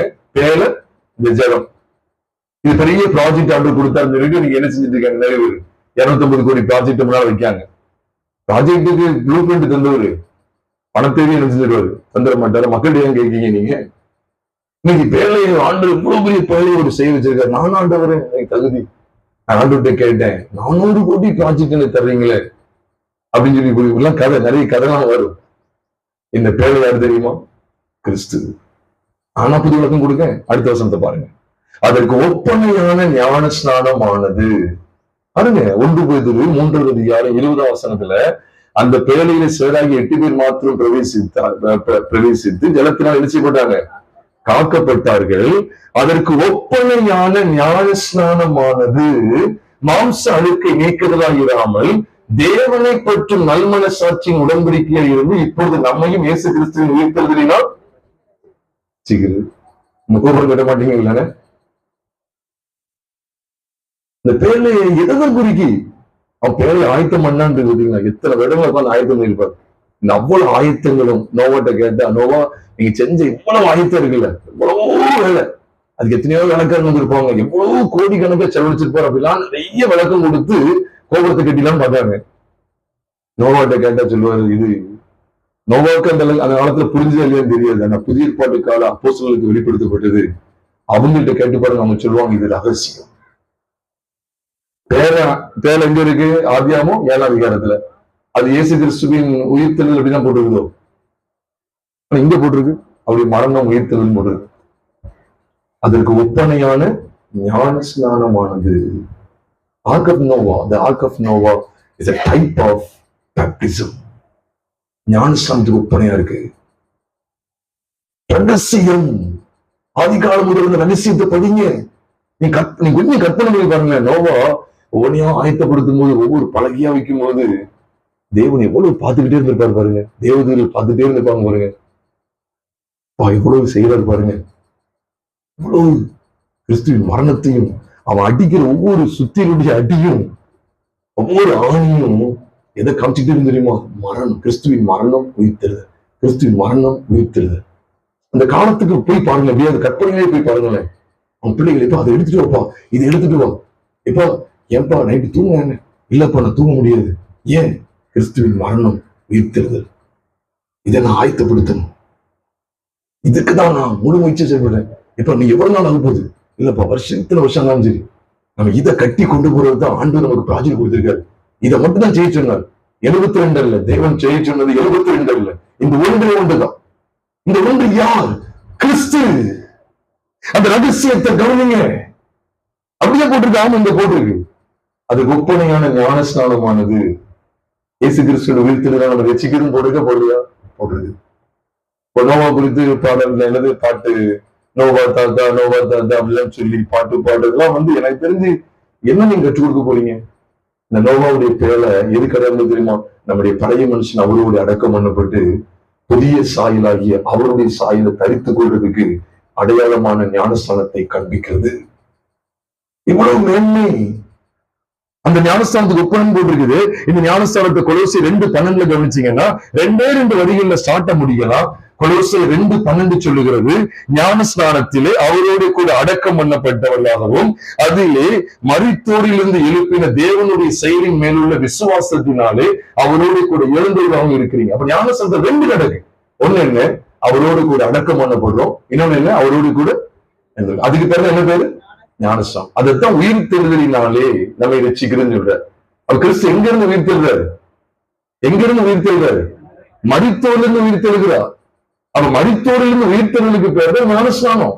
அவரோடு அடக்கம், ஞானஸ்நானத்தை அவரோடு கூட அடக்கம் பண்ணப்பட்டவர்களால அவரோடு கூட எழுந்தவர்களாக இருக்கிறீங்க. இந்த 2 தான். 72 அல்ல, இந்த 2 தான். அப்போ நோவா வாழ்ந்த நாட்கள்ல இருந்த முழு உலகத்துக்கு அழிவு உண்டாக்குறாரு. எதுல பயணித்தவங்களுக்கு மட்டும்தான் ஜீவன். யாருக்கு மட்டும்தான் ஜீவன் தப்பிச்சு?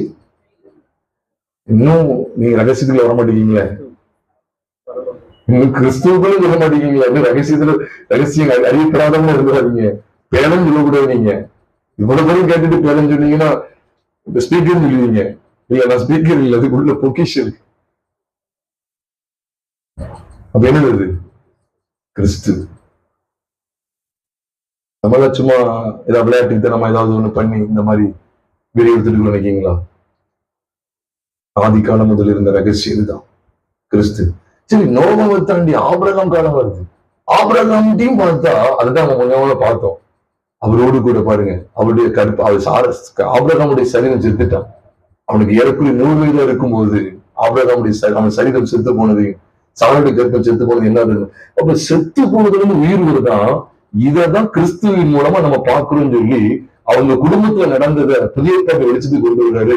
பிள்ளைகளுக்கு பிள்ளை கொடுக்கறது போடல. எப்படி போட்டிருக்குன்னா, இயேசு கிறிஸ்துவனுடைய சரீரம் உங்களுக்காக எனக்காக அடிக்கப்பட்டு ரத்த சிந்தி மரித்து அடக்கம் பண்ணப்பட்டு 3ஆம் நாள் உயிர்த்தோடு வந்துச்சு. பாத்தீங்கன்னா, செத்த சரீரம் உயிர் பெற்றது. செத்த ஆபிரகாமுடைய சரீரம் இப்ப ஜீவன் பெறுது. செத்து போன சாராளுடைய கற்பம் இப்ப என்ன உண்டாகுது? பலம் அடையுது. அதான் அவளை குறித்து எபிரேயர் 11:11 போட்டு 11:11 11:11 அதுல போட்டிருக்கு, விசுவாசத்தினாலே சாராலும் வாக்கு, அதை எப்படி போட்டு, விசுவாசத்தினாலே சாராலும் வாக்குத்தத்தம் பண்ணினவர் உண்மை உள்ளவர் என்று எண்ணி கற்பம் தரிக்க பலனடைந்து வயது சென்றவராக இருந்தும் பிள்ளை பெற்றார். விசுவாசத்தினால கற்பம் தரிக்க பலனடைந்தாலாம். செத்து போன பலம் இருக்குமா? எவ்வளவு பெரிய பலனா இருக்கட்டும், செத்து போன பலம் இருக்குமா? ஒரு பலம் கிடையாது. பலம் எல்லாம் அற்று போயிடும். மரணம் அப்படி அவனை அற்று போட்டு போயிடும். ஒரு சாராடைய கற்பம் பலம் அடைஞ்சதுன்னா ஜீவன் வந்துட்டு வரலையா? அப்ப எதுக்கு அடையாளம்? செத்து போன கற்பங்கள் எல்லாம் திறந்த ஆண்டு பிள்ளை கொடுக்கறத வச்சு சொல்லல. இது சொல்றாரு, குமாரன் மரித்தோரிலிருந்து உயிரோடு எழும்புவாருங்கிறத காமிச்சு கொடுக்கிறார். இதுதான் ரகசியம். அப்ப நீங்க பழைய ஏற்பாடுல பாத்தீங்கன்னா இந்த ரகசியம் சொல்லலான, புதிய ஏற்பாடு இந்த ரகசியத்தை காண்பிக்கிறார். இவ்விதமாக பிரியமானவர்களே, ஒவ்வொரு பகுதியிலுமே குமாரனை குறித்த வெளிப்பாடு இருந்து கொண்டே இருக்கு. யாக்கோபு ஈசாக்கு, யாக்கோபு சிநேகித்தன் ஏசாவை வெறுத்துன்னு சொல்றாரு. அப்ப யாக்கோபு ஒரு இடத்துல பாத்தீங்கன்னா, யாக்கோபுக்குள்ள இருந்து ஒரு வெளிப்பாடு என்ன தெரியுமா? நீதியின் செங்கோல்.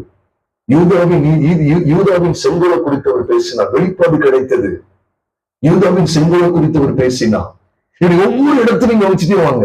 ஒவ்வொரு புஸ்தகத்திலும் ஒவ்வொரு பகுதியிலையும் குமாரன் வெளிப்படுத்தப்பட்டு கொண்டே இருக்கிறார். ஆதி காலம் முதல் இருந்த ரகசியம். நீங்க ரகசியத்தை கண்டுபிடிக்கல அப்படின்னா இந்த வேதத்தை நீங்க வாசிக்கிறனால உங்களுக்கு என்ன பிரயோஜனம் நினைக்கீங்க? என்ன பிரயோஜனம் நினைக்கீங்க? ஒரு பிரயோஜனம் கிடையாது. இந்த ரகசியத்தை அறிவுனா பிரயோஜனம் கிடையாது. சரி, ஆபிரகாம பாப்பீங்க, 3 மனைவி வச்சிருந்தாரு. அப்போ நீங்க பைபிள் வாசிக்கீங்க, ஆபிரகாம் தன்னுடைய தேவனுடைய சிநேகிதன் என்ன பட்டான் இருக்கு. 3 மனைவி வச்சிருக்கிறது தப்பு இல்லையா அப்படின்னு சொல்லி நீங்க கேட்டீங்கன்னா, ஆபிரகாம் 3 பேரை வச்சிருக்கிறத கண்டிச்சார் ஆண்டவர்? நீங்க அதான் நீங்க எழுத்தின்படியே பாக்குறீங்க. எழுத்தின்படி போகாதீங்க, அது சீரழிவுகள் கொண்டு வந்துடும். தாவீதுக்கு 8 மனைவிகள் இருந்தாங்க. 8 மனைவிகள், 10 மறுமனையாட்டிகள் இருந்தாங்க, மொத்தம் 18 பேர். ஆனா அந்த தாவீது கர்த்தருடைய இருதயத்துக்கு ஏற்றவனா இருந்தான்னு இருக்கு. சித்தமானவர்கள் எல்லாம் செய்வான்னு சொல்றாரு. அப்போ நீங்க பார்க்கும்போது என்னைக்காவது ஆண்டவர் இந்த 8 மனைவிகளை குறித்து என்னைக்காவது அவர் குற்றப்படுத்திருக்காரா? நீ செஞ்ச தப்புன்னு சொன்னாரா? அப்ப நீங்க எழுத்தின்படி பாத்தீங்கன்னா நம்ம தவறி போயிடவும் மாட்டோமா? தவறிடாதீங்க பிரியமானவர்களே. இது அந்த காலத்துல இப்படிதான் சொல்லப்பட்டிருக்கு, இப்படிதான் வாழ்ந்து வந்தாங்க. ஆனா புதிய ஏற்பாட்டுடைய சத்தியத்துல குமாரனை நீங்க பார்க்கல அப்படின்னா எல்லாமே பிரோஜனம் இல்லை. நேரம் அதிகமா இருந்தாலும் நான் இந்த முதல் பகுதியை நான் முடிக்கிறேன். ஒரு 10-15 நிமிஷம் அந்த பிரேக் இருக்கும். அதை தொடர்ந்து மீண்டும் ஒரு மணி நேரமா நம்ம என்ன செய்வோம், கூடுதல் அதிகமா நான் வாஞ்சிக்கிறேன். அதுக்கப்புறம் நமக்கு லஞ்ச் உண்டு. நீங்க எல்லாருமே இருந்து என்ன செய்யுங்க, லஞ்ச் முடிச்சுட்டு மதியம் ஒரே ஒரு செஷன் இருக்கும். அதுல திருச்சபை எவ்விதமா உருவாக்கப்பட்டதுங்கிற அந்த சத்தியத்தை உங்களோட பகிர்ந்து கொள்ள போறேன். அதற்கு மகிமையான உண்டாவதாக. அதில் இருக்கிறதுல நம் தலைகளை தாழ்த்தி ஜெபித்து நிறைவு செய்வோம். கேட்ட இந்த வார்த்தையின் அடிப்படையில ஆதிகாலம் முதல் இருந்த ரகசியம், அந்த ரகசியத்தை நம்ம உணர்ந்தவர்களா? இந்த ரகசியம் இயேசு கிறிஸ்துவை பற்றிய பிரசங்கத்தினால்தான் வெளிப்படுத்தப்படுது நாங்கள் பார்க்கிறோம். ரோமர் 16 அதிகாரம் 25-26 வாசிக்கும் போது ஆதிகாலம் முதல் அடக்கமாக இருந்த அந்த ரகசியம் இயேசு கிறிஸ்துவை பற்றிய பிரசங்கத்தினால்தான் வெளிப்படுத்தப்படுகிறது. அந்த பிரசங்கத்துல தான் இருக்கு. நாம் நன்றி செலுத்திக் கொண்டது. மாம்சத்தில் வெளிப்பட்ட தேவன் எங்களுக்கு பாவங்களுக்கு அவர் எத்தனை சென்ற ஜீவனை கொடுத்தது. அடக்கம் பண்ணப்பட்டு 3ஆம் நாள் உயிரோடு இறங்கி இதே சாயந்த உங்களுக்கு கொடுக்கப்பட்டிருக்கு. வழியிலே அதுதான் கிறிஸ்துவுக்குள் மனிதவர்கள் முதலாக இருந்திருப்பார்கள். ஆம், வைத்திருந்து எழுந்துகிற காரியம் அதுதான்.